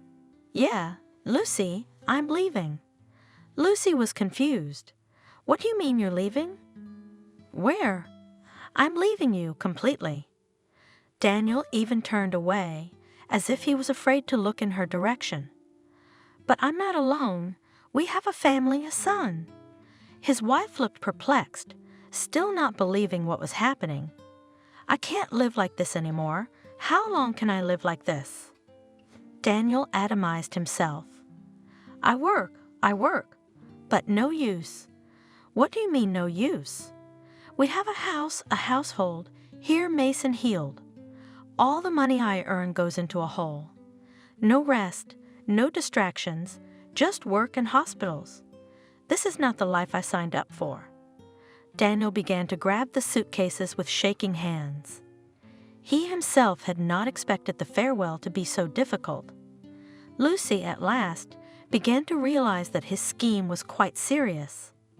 Looking at the suitcases at her feet, she said in a trembling voice, "And don't you feel sorry for your son?" Son, you've been with him since birth. But did it help him? All his life you pampered him, wiped his snot, and what happened?" Again Daniel remembered what was so unpleasant to him, to make it easier to leave. "You were there for him then. Why didn't you save him? Why didn't you save him when he fell? Because of you, he became an invalid, a crippled son." Lucy couldn't take it anymore. "How can you say that about your child? You two went to drink beer." "No, to be near us then. How can you?" She finally burst into tears, which had been in her eyes since the beginning of the conversation. "I'm telling the truth. I pampered him, so he sits all day long. He'd be back on his feet by now if you hadn't dragged him to hospitals. There's no life. You say family. What kind of family are we? You're always going to doctors, and I'm alone. You work like hell, and you don't even have hot soup at home, let alone a family. How will we be without you, Daniel?" Wailed Lucy, who could not understand her feelings and only cried. "Will you go to work, Hal? Stop driving him back and forth. You can't get new legs. He'll sit alone. He's not a little boy." Finally, Daniel gave out all the things that had been driving him crazy for years. It was as if a long-standing boil had burst. "How could it be, Daniel?" Lucy asked through her tears. "The doctor said today that in 3 months we will be admitted to a clinic in the capital. This is already a 100% guarantee that the treatment will help. They work miracles there. It's the same story again. Lucy, how can you not get tired of believing these charlatans? I've been working for years for their money." "Enough. But we've waited so long for this, it's only a matter of time before Mason gets back on its feet. You'll see." "No, I've had enough." Daniel firmly threw away his wife's hands that were reaching for him. "Daniel, for God's sake, don't leave us in our hour of need. I won't say a word later. I won't reproach you. But help us now. It's only 3 months." Lucy sobbed and threw herself on her knees at his feet. He only looked down at her squeamishly. "Don't make a scene, Lucy. You're not the first. You're not the last. You'll have an even easier time without me, lonely one." And he let out a hoarse laugh. How many times can you believe this nonsense? The exhausted wife continued to cry, sprawled on the floor near his feet. There was the familiar squeak of wheels on the uneven boardwalk, and out of the corner of his eye Daniel saw Mason pull up in a wheelchair. "Mom, don't. Let him go." Daniel yanked his leg out of Lucy's hands and stepped toward the threshold, stopping. "I took the money there. I was the one earning it. That's why I took it. I have to start somewhere too. I'm leaving you the house." He stood there for a while, thought about it, decided to make a final threat. "Don't file for alimony, or I'll sue you for half the house." Lucy sobbed with more despair, and he hurried out. I didn't want to hear her make a monster out of him. As I was closing the door, I turned around and met my eyes with my son. It wasn't a child's look. It was a look of disgust and hatred, a look that made Daniel uncomfortable. For the next 10 years, wandering through other people's apartments, lounging in other people's beds, he remembered Mason's deep eyes. All the happy moments of his life were poisoned by that look. Daniel returned in Abigail's downy feather beds. He was stuffy and heavy. Oh, life! He longed to return to his native village. He thought he'd finally find peace and serenity. But what happened? While I was remembering, I got so excited that I couldn't sleep at once. Lucy was alone with her troubles. There was only enough money in her purse for one trip to the store. Her mother-in-law, a complete stranger, had never helped her and Daniel's family in anything. She only taught them and demanded help from her son. Lucy recalled how on her grandson's birthday, the old woman sat at the table with tight lips. She ate the food with her daughter-in-law's pleasure, but never once praised the treats. As a gift to her grandson, she brought a 100-year-old yellowed piece of cloth. That's what kind of material used to be. It's unbelievable. 10 years in the trunk, and as if it was bought yesterday. On Lucy, you can make a shirt for your little boy. And with a proud look she gave the gift. Lucy couldn't remember any other gifts from her mother-in-law. Now that Daniel had left her and Mason to fend for themselves, the old woman was beginning to slander her daughter-in-law. What could she expect from an orphan? She's a promiscuous girl. She was like that when she was young, and they probably kicked her out of town to the country. Who would want her in town? Come on, you're lying, said the kind-hearted neighbor. She was a clever girl, beautiful, until they got into trouble. And your son left her with an invalid child. And he's an invalid because of his mother. How come? How do we know what she did to him? Maybe she's pregnant. What'd she do to keep from giving birth? Maybe he's not Daniel Mason. Oh, I think you're a witch, Betty.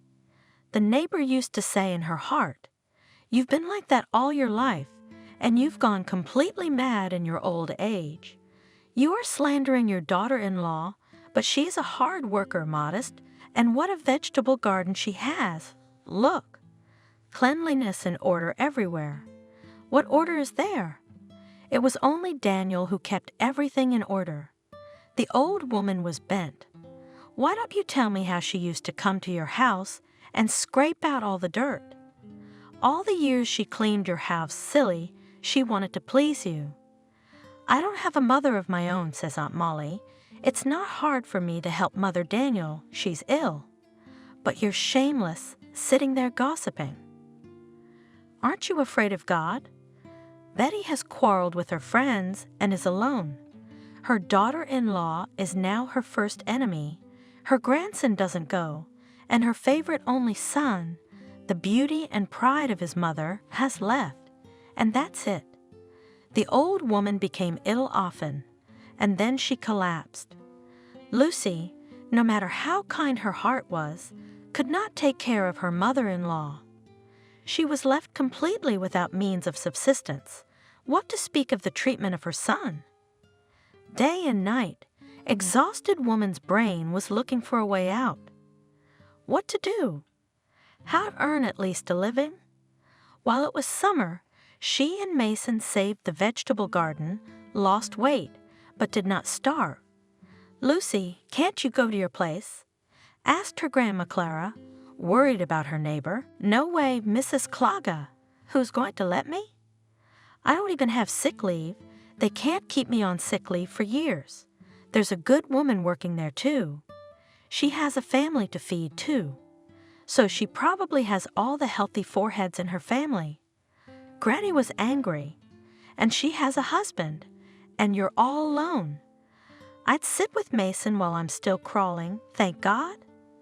No, a library education wouldn't help, and it would be impossible to leave my son at home and sit in a half-empty library all day. Baba Clara, of course, is a human being, But you should see how hard she carries her soul disfigured by hard work. She has blood pressure, a bunch of other illnesses, and what kind of salary is a librarian? There's no more work in the village, a school and a nurse's station, neither of which suits her. And there are no vacancies. She can't go to the collective farm. The collective farm has ceased to exist. The world has changed. Life has become much more complicated over the years. Lucy is still only 28, and she feels like an old woman with only one joy, her son. He's growing up smart, reading, drawing. How much has he suffered in the hospital? But he hasn't lost his kindness. Soon it will be too small for him. Mom, why are you so sad? No, son, I'm fine. I'm just thinking. About what? I'm thinking about how we're going to live our lives. Mom, you'll figure it out. You're the smart one. And he reaches for his mother to hug and kiss him. Oh my God! Lucy prayed at night. Lord, show me the way to cure my son, to get him back on his feet. Help me, Lord. I'll do anything. I'll bear anything. Just give me a chance. Open the door for me. Blessed is he who believes. On a clear August afternoon, into the hands of Lucy, desperate to the last degree, the letter carrier handed a letter. From Margaret. Lucy gasped. Mommy, who is Margaret? Asked Mason. Oh, Mason, this is my very, very soulful friend. An orphan? Mason loved his mother's stories about her childhood. Yes, from an orphanage. Lucy hastily opened the letter and began to read. My dear friend, Margaret wrote, I'm writing to you from far away. How did I get here? It's a long story. I've been here for 3 years. I came for the money, but I think I'll stay here. You and I always dreamed of having a house, a bunch of kids, a family. So I decided to make that dream come true, to earn money to buy my own house. I didn't get an education. I knew I'd have to work wherever he put me. I was ready for anything, but I didn't think money would be so hard to come by. Yeah, the pay's pretty good here. If you live frugally, you can easily buy a house in this time. But I don't want a house anymore, Lucy. I don't want anything because I'm never gonna have a bunch of kids or a family. I met a nice guy, local. We got close. We were gonna get married. He worked as a foreman for loggers, and loggers here are mostly ex-convicts. It's a remote area, you know. They respected my Eric. I won't say anything bad about the laborers, but once 2 of them got drunk and started fighting, pulling out knives. Mine doesn't tolerate such things. At the workplace in the middle of the taiga, it's not allowed.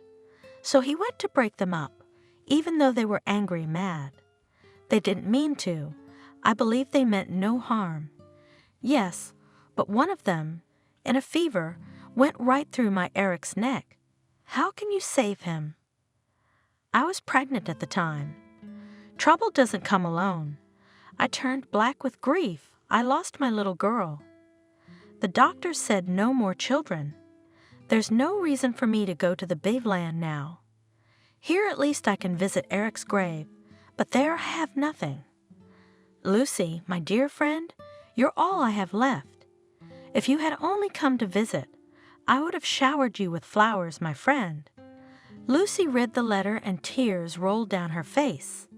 She remembered the sweet smile of Margaret, the redhead, her laughter. She remembered her parents who had died in a car accident. For Lucy, she became a guide to the life beyond the gates. After all, Lucy herself knew nothing about normal families. Margaret recalled, Lucy felt with her a part of life before the accident, before the orphanage, before she taught Lucy to dream. Together, they made plans. Margaret's future was determined when a gymnastics coach noticed her. The training camps and practices began. She was prophesied a good sports future, but a minor injury prevented her from continuing gymnastics. It happens, one little thing changes the whole fate. It happened after the girls graduated from the orphanage. Margaret had to go to the factory because it had a dormitory. She regretfully said goodbye to her sports career. Lucy, by that time, had already finished her studies at the local library technical school, and after that she was sent to the village. In the beginning their correspondence was lively, then went everyday life, cares, and troubles. In difficult moments, Lucy always turned to her friend, of course, in her thoughts. And strangely enough, it helped her. She pictured Margaret's freckled face and asked her advice. The answer always came. And here was a letter from the only person Lucy could call a family member, a friend, a sister who would never let her down. A crazy thought arose in her head and began to take real shape, a plan for the future. All night long she had been putting everything in its place. In the morning, despite the sleepless night, Lucy got up cheerful and determined. The task ahead was even more difficult. It required an effort that even she had never had to make before. "Baba Clara, give me some advice," said she to a neighbor who had dropped in to visit Mason's pet, out of habit. Looking at her pale face, the neighbor realized that the matter was serious. Mason was sent to the yard to play with the kittens. There was nothing to burden the child with unnecessary talk. "Oh, you poor thing," sighed the old woman, having heard Lucy's account. "I would with great joy left my dove, my Mason, but how? We'll have to live apart. You and Sodes will not allow that you." Lucy looked at her grandmother with regret. "It's not easy, you need a lot of documents from them." "I'll give you money for the trip, Lucy, I will. I'll have money for the funeral, but I don't need it. Maybe I'll live to see you again. My parents were long-lived," smiled Baba Slaga. "I'll see you, Baba Slaga, I promise you. I'll pay you back the money from the first paycheck." She hugged her old friend and cried. "Why are you crying? You should be happy," grumbled the old woman. "You have such hope. That's what hope is. He will put you to work, support you for the first time, and Mason, suddenly, it will be good there with the doctors." At these words, Grandma Clara did not notice how she took out a huge handkerchief to hide her tears. She began to blow her nose noisily. Now the hardest thing is to explain to the child what and how. "Oh, it won't be easy, Lucy." "I don't know how it will be solved, Baba Clara." Lucy sighed. "It's all right. He's a boy, a sensible man, a kind soul like yours, and there's no one between you. You're the closest people to each other.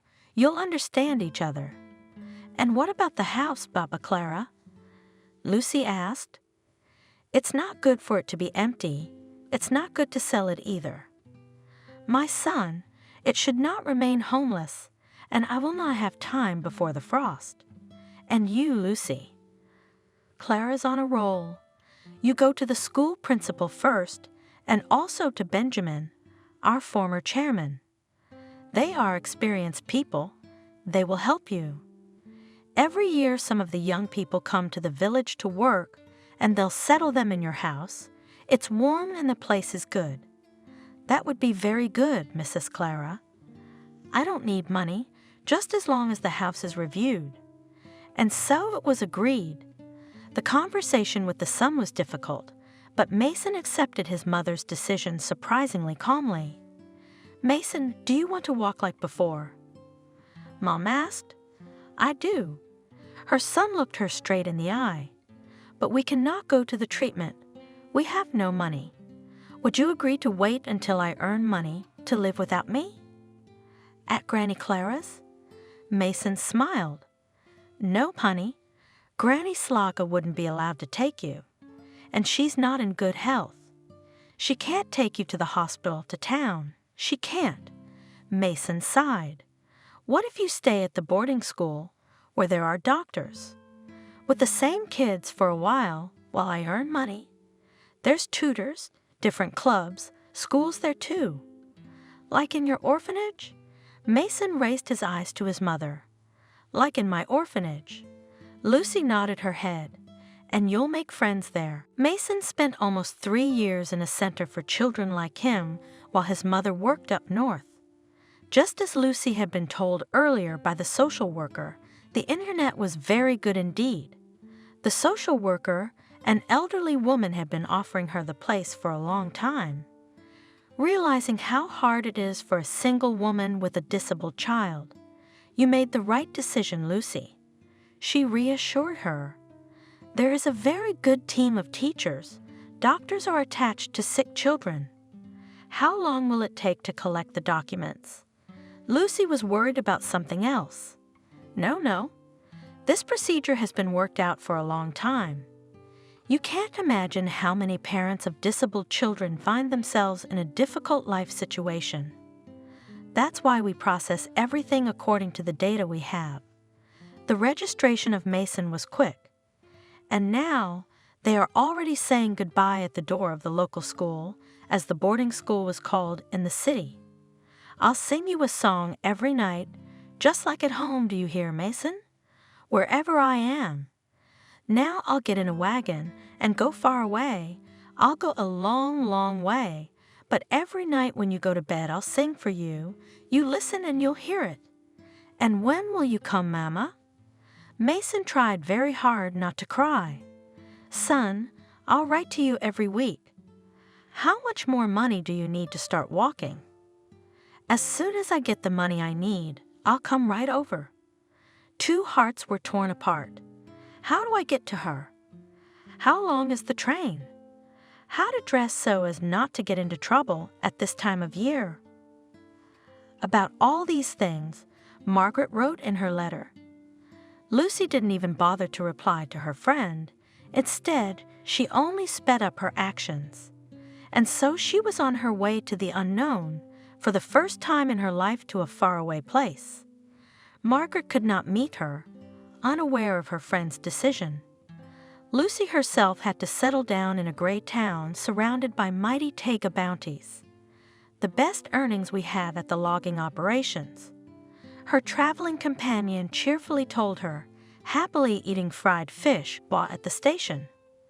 "The work is hard, but don't go to the librarians. It's the same petty pay as in the big land, not even enough for clothes.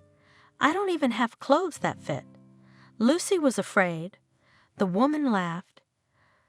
"Fool, so there in overalls and tools, all issued. Yes, such overalls, that nowhere else you will not find such warm good."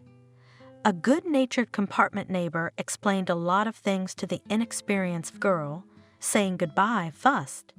"And you remembered my address, or what if you can't find your friend? Where to at night?" "Look, that's where I live. If you ask for my name and surname, anyone will show you." And she showed me the street leading away from the station. And Lucy had to look for a new acquaintance in the dark night. While she was waiting for the bosses, while she was being registered for work, for the unknown position of a lopper, it got dark. "What dormitory?" The boss, a fat man of imposing proportions, was surprised. "We only have a tent city here. Don't you see there are almost no real houses? You can count them on your fingers, but in the forest, yes, there is comfort. You'll live in a cozy wagon there, young lady. Let's get your overalls in the morning, and then we'll take a lumber truck to the place. Yes, don't worry, people live here too, not wolves." And he laughed loudly at his joke. Lucy returned back to the station, from where she went down the street indicated, to the place where there were real, according to the cheerful chief, houses. The guest was received cheerfully, fed, put to bed. In the morning, sitting in the high cabin of the car, Lucy gazed into the faintly lightening distance. She was not a coward, but she did not feel heroic. Only ashamedly thought that yesterday she had missed the evening treatment. Before going to bed, closing her eyes, she had sung a song to her son to herself, but fatigue had plunged her into sleep earlier. So, not without the help of new friends, Lucy began to work in the taiga. In her naivety, she thought to see her friend here on the first day. If only she knew how many 1,000 people were cutting wood and chopping off limbs, stacking huge logs on more loads. So far spread the lands of this timber farm that Margaret, she met only thanks to the word-of-mouth radio, through many fellow travelers, sending her greetings. All the more joyful was their meeting. "Come on, Lucy, I'll talk to you, so that you can be transferred to us," Margaret said. "Everyone knows me. I'll talk Charles into it." Charles was the name of the bulky boss who'd hired Lucy. "He'll fight, of course." Margaret smiled. "He'll say, 'You can drop your lady stuff,' but he can also transfer, he's Sutton, and Lucy is already used to her brigade." "No, Margaret," she answered. "My take care of me, do not laugh at me, patiently teach me everything, as I am now from them at once, only to a friend under the wing got. I'll stay at my place. Now we'll be near each other, I'll see you." The work was hard, the day was like another day, my hands fell off by evening. The frost dried my cheeks and tore my lungs. In summer, mosquitoes and nuss, the heavy, hot cedar spirit. People tried to take fewer days off so that they could work and go to the land sooner. Someone strived to earn money and chased the intended amount, but only few people succeeded. In 3 years of hard labor, Lucy had aged 10 years. Every once in a while, she looked in the mirror and was horrified. Would Mason recognize me? She wrote to him every week, received cute drawings, then letters from her son. In spite of her age and ailments, Grandma Clara visited her favorite boy at the boarding school several times. There was a bus to the city. That comforted Lucy a little. "I owe my whole life to Baba Slaga," she told her new colleagues. Especially she became close to an elderly woman, Camille, who arrived in place of the cook who had gone home. It would be more accurate to say that the old woman was very insistently asked to work. She had long been retired, agreed only out of respect for the past merits of the boss, if humanity can be considered a merit. She agreed, Camille, to replace the cook who had left for a while until someone new arrived. Her health had been compromised by years of living in these parts and hard work. Since she and Lucy lived in the same trailer, there was no end to their conversations. Camille was attractive in her modesty and simplicity and could give good advice. She had lived in this area for many years. "How did you get here, Camille?" It was a question that excited Lucy very much. "I was a romantic girl," she told Lucy. "A gymnasium girl of the type who fell in love with a man to death, and he went to prison. He did time, and after his sentence, he was exiled here." "What did he put you in prison for?" Lucy asked. "Surely you couldn't love a thief or a murderer." "Don't be silly, child." Camille dismissed him. "He was a man of noble blood, a lawyer by education, from a fine family, father a professor, mother brought up children. She fulfilled the true purpose of a woman, mind you." "Oh my!" Lucy was surprised. "So what happened?" "Human meanness. My lover had a friend whom everyone knew and loved. Sebastian trusted him without measure. They worked in the same department, positions of almost equal importance. It was necessary for this friend, somewhere in the corridors of power, to hear that Sebastian is prophesied in the chief's promotion, so he is prepared. He was a noble man, his honesty was noble.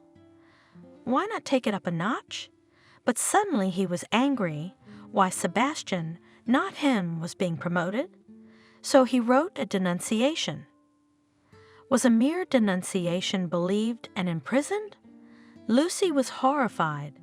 The time, Lucy, was such that for any sneeze in the direction of the revered portrait could be imprisoned or shot. and no one would even know about the shooting. How did you find out about it? This friend was never promoted anyway. In time, he bitterly regretted what he'd done. He didn't think that Sebastian would die here, and soon that man's wife was also taken on the workers' complaint. She was a doctor and of undesirable nationality, and his friend loved his wife. Childless, he was going crazy with loneliness, and his conscience must have tormented him too. He left the confession and trusted it to a trustworthy person, and then he took his own life. He knew his wife would never come back. What kind of man is he? Lucy was outraged. He took the life and happiness of so many people, and himself too. My husband is the same, and I'm sure he won't be happy either. What did he do? Is he the reason you're here? Camille asked. Because of him. Lucy sighed. If he had been a faithful man, honest, he would not have left me and my son without money. How did you decide to go to such a terrible place? You're an educated girl. You could work a little. You'd have enough for bread and potatoes. Lucy told the old woman her story without hiding or embellishing anything. At the end of the story, tears spurted from her eyes. Poor girl, said Camille, holding Lucy's head against her chest. You are a hero. Yes, for the sake of a beloved creature one would do anything. If only I could bring Sebastian back. But life is short. It's been many years since he died, and here I am, needy and lonely. Be strong, Lucy. Since then, Camille had been discreetly patronizing Lucy.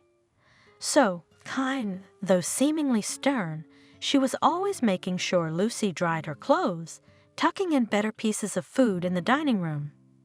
She knew Lucy wasn't just making money, she was saving her son. Soon, a new cook arrived for their job, and Camille said a warm goodbye to everyone and departed for the town where she had a tiny room. A month later, an old woman suddenly came to Lucy's brigade again, waited until lunchtime, called her over to her, and, unnoticed by the others, showed her the corner of a puffy envelope. Here's the money, she said in a low voice. Lucy wanted to say something, but the old woman signally ordered her to be silent, quiet, and they killed for less. There are all sorts of people here, God forbid, and don't even think of refusing. I have no relatives. I'm going to die soon. They'll scatter like crows anyway, and you'll have a job to do. Go away, save your son and yourself. No one has ever taken good health away from here. How old do you think I am? 100 years old? I just turned 70. There was enough money to do 3 Mason surgeries. Lucy took the money and left. My son had the surgery, and he started walking. Restoring mobility was a long and difficult task, and it required a lot of money. It was only Camille's gift that made this miracle possible. Mason worked with the best physiotherapists, practiced physical therapy, and constantly strengthened his legs. And a year later, Lucy returned to the distant Tega town and took Camille to herself. The old woman cried, almost kissed her hands, saying that she had acquired a family. She had grown old, but she kept her activity and lively mind. So the 3 of them lived together. Camille worked hard in the vegetable garden, helped Lucy a lot around the house. It seemed there was no skill she didn't possess. Babs Camille, where did you learn to do that? Mason wondered, munching crisply on her baked waddles. At Granny Clara's, and they're not so tasty. But don't tell her that, she'll be offended. Camille and Mason looked at each other conspiratorially and giggled. Both old women had a temper, but their age, their shared memories of the past, kept them close friends. They often posed on the bench, one big as a bear, the other small, dry gray knot on the top of her head. Nothing of Lucy's past life in the village, of course, was recognized. The old women were silent as partisans. Lucy made a pie in the morning. While she was making the paste, preparing the filling, the sun rose quite high. "I'll be ready in time for lunch," said Lucy, and began to heat the oven. At that time, a dog barked in the yard. Lucy came out and was stunned to see Daniel standing on the other side of the gate. He was smiling at his ex-wife as if nothing had happened. Following her mother and Mason went outside to see who it was. The dog didn't usually bark at his own, so it must be someone else. Lucy walked to the wicket gate, throwing to her son on the way. "Mason, get away from the sin." The son walked slowly toward the house. Lucy did not look in his direction. Her heart was tearing out of her chest. The hated man stood on the other side of the fence and smirked. He hadn't changed much even in those 10 years, only became, as if shallower, uncasey, and maybe now the ex-wife saw him with different eyes. "Why did you come?" Coldly, Lucy asked him. "Go where you came from. There's nothing of yours here." "I didn't come here to demand anything." The smile slowly fell off Daniel's face. "I came back to check on you. We're not strangers. What are you doing here?" "Your money's gone." "I took it all. I didn't even leave any money for my son's medicine." Daniel, of course, didn't expect a warm welcome, but it was the first time he'd seen Lucy so angry. He's her lawful husband. She could still behave more decently. He decided to take offense. "Why did you do that?" "But it turned out so. But I came back, and you're not happy." "Daniel, are you serious? After all these years, after what you did, you think you can just come back? I know you're single, so you were waiting. For you?" "Waiting?" Lucy even choked with indignation. How insolent is he? It disgusted her to look at his fat face. "What did I do?" "What? I ask you. You live happily, everything is fine, and then this is my house too. You Ashol." The woman barely restrained her anger not to attack her ex-husband with fists. "Go away." "What shared house? You stole the money that was prepared for the child's operation. You left us in a position we wouldn't wish on an enemy. You haven't paid a dime of child support. How can you even say that?" Suddenly, Lucy saw Mason standing next to her. He had a shotgun in his hand. The guy threw it down and aimed it at Daniel and said, "Go away, and don't ever come near our house." Daniel turned pale, but then pulled himself together, remained standing where he was. Then he swallowed and said through the force of it, "What are you threatening me?" "Not a fool to shoot, who will spoil his life young. Go away when adults are talking." Lucy, terrified, rushed between father and son, but Mason stepped around her and took aim again. Daniel, not noticing Mason's movements, stepped from foot to foot. He was pleased with himself. It wasn't the kind of reception he'd been expecting, of course, but he wouldn't just walk away. Not noticing the hatred of his wife and son looking at him from the other side of the fence, he said cheekily, "At least pay compensation for my half." Oh, he could use even a little money now. Miranda threw him out, as they say, without severance pay. Where's he going to go now? All he could do was to get his way, to squeeze some money out of these poor people. Daniel looked up and saw Lucy trying to take the gun away from Mason. To tell the truth, he was afraid that a stray bullet would fly out, and then all his dreams would be over. But then an old lady appeared next to Mason and Lucy, as if from under the ground. She gently took the gun from Mason's hands. "Don't do it, grandson. He's right. Why would you ruin your life? For something like this. You got everything to look forward to, but I got nothing to lose." And Camille very professionally dropped the double-barreled shotgun. Daniel, despite his fear, even laughed. What a scene! her graying head barely sticking out of the ground, but she grabbed the gun with her bony hands instantly and pointed it at him. What a laugh! Daniel heard the old woman's creaky voice. "Do you know your name?" "Daniel Wright?" "Well, I was the best hunter in my time. No man could compare to me, and I wouldn't miss a boar like that." The first shot went in the air. Daniel jumped with surprise. His desperate fear came back to him. With a mocking smile, looking at him, Baba Camille said, "The second shot is usually at the knee." And she began to slowly lower the gun down. Daniel was gripped by panic. Such an iron button could put a bullet in his knee. He didn't remember how he shrieked all over the street. "I'm going to jail. I'll put you all in jail." He turned and ran, away from the Dan house. Then he stopped for a moment, turned around, shook his fist. Anything he might have expected, but not such a reception. But people, and you came to them with all your soul. As to your relatives, in fact, they are his closest people, and they... A shot rang out again, and a small fountain of pebbles and sand appeared under the man's feet. Daniel shrieked and ran. Turning down another street, he stopped to catch his breath. What to do now? Nothing good had come of his attempt. He would not be able to use his wife's services as he had done 10 years ago, and live happily in a free apartment. As he now called it on Miranda, his former home, his home too.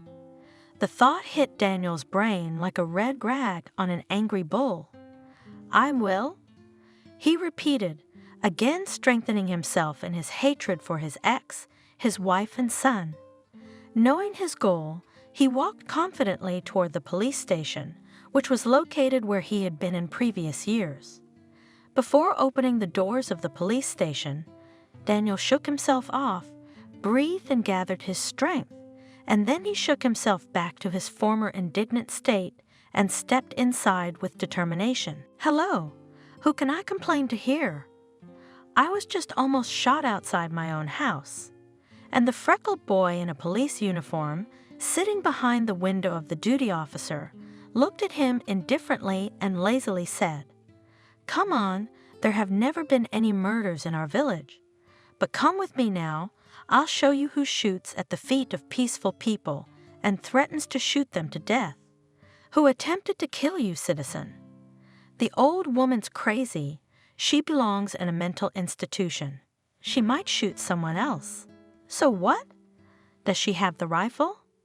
The officer on duty asked with a sneer. "A hunting rifle. And rest assured, she handles it like a pro." Daniel, at the memory of the accurate shots, was again seized by an unpleasant feeling of threat to his life. "Show me your papers as a citizen." Daniel took out a passport from his inside jacket pocket. "Ah, so you're Mason's absconding father?" the policeman asked. "I see a familiar face. I remembered you. You worked as an electrician when I was still in school." He didn't look happy to be recognized. Daniel was forced to write a statement, and at the duty officer's request, he rewrote it 5 times. There was even a suspicion whether it was done on purpose. But the freckles of the young officer on duty looked completely serious. So Daniel resigned himself to rewriting it. "We will take all measures, citizen of the victim." The policeman reported, for some reason, without calling Daniel by his surname. Did he dislike the surname or what? Daniel sighed and quietly went back to Abigail. Maybe his sister wouldn't say no to another sleepover while the police dealt with the assassination case. Daniel wasn't going to let it go. At least let them compensate him for the moral damage. They must have plenty of money. Lucy had built a house in his yard, by the way. Tomorrow morning he'll go back to the police station. He'll get what he wants. He should have threatened to go further, to the prosecutor, if anything. The police couldn't find any weapons, and they weren't looking for any. All the neighbors confirmed that they were outside at the time. and they didn't see anything like what Daniel wrote in his statement. He never showed up in Lucy and Mason's lives again.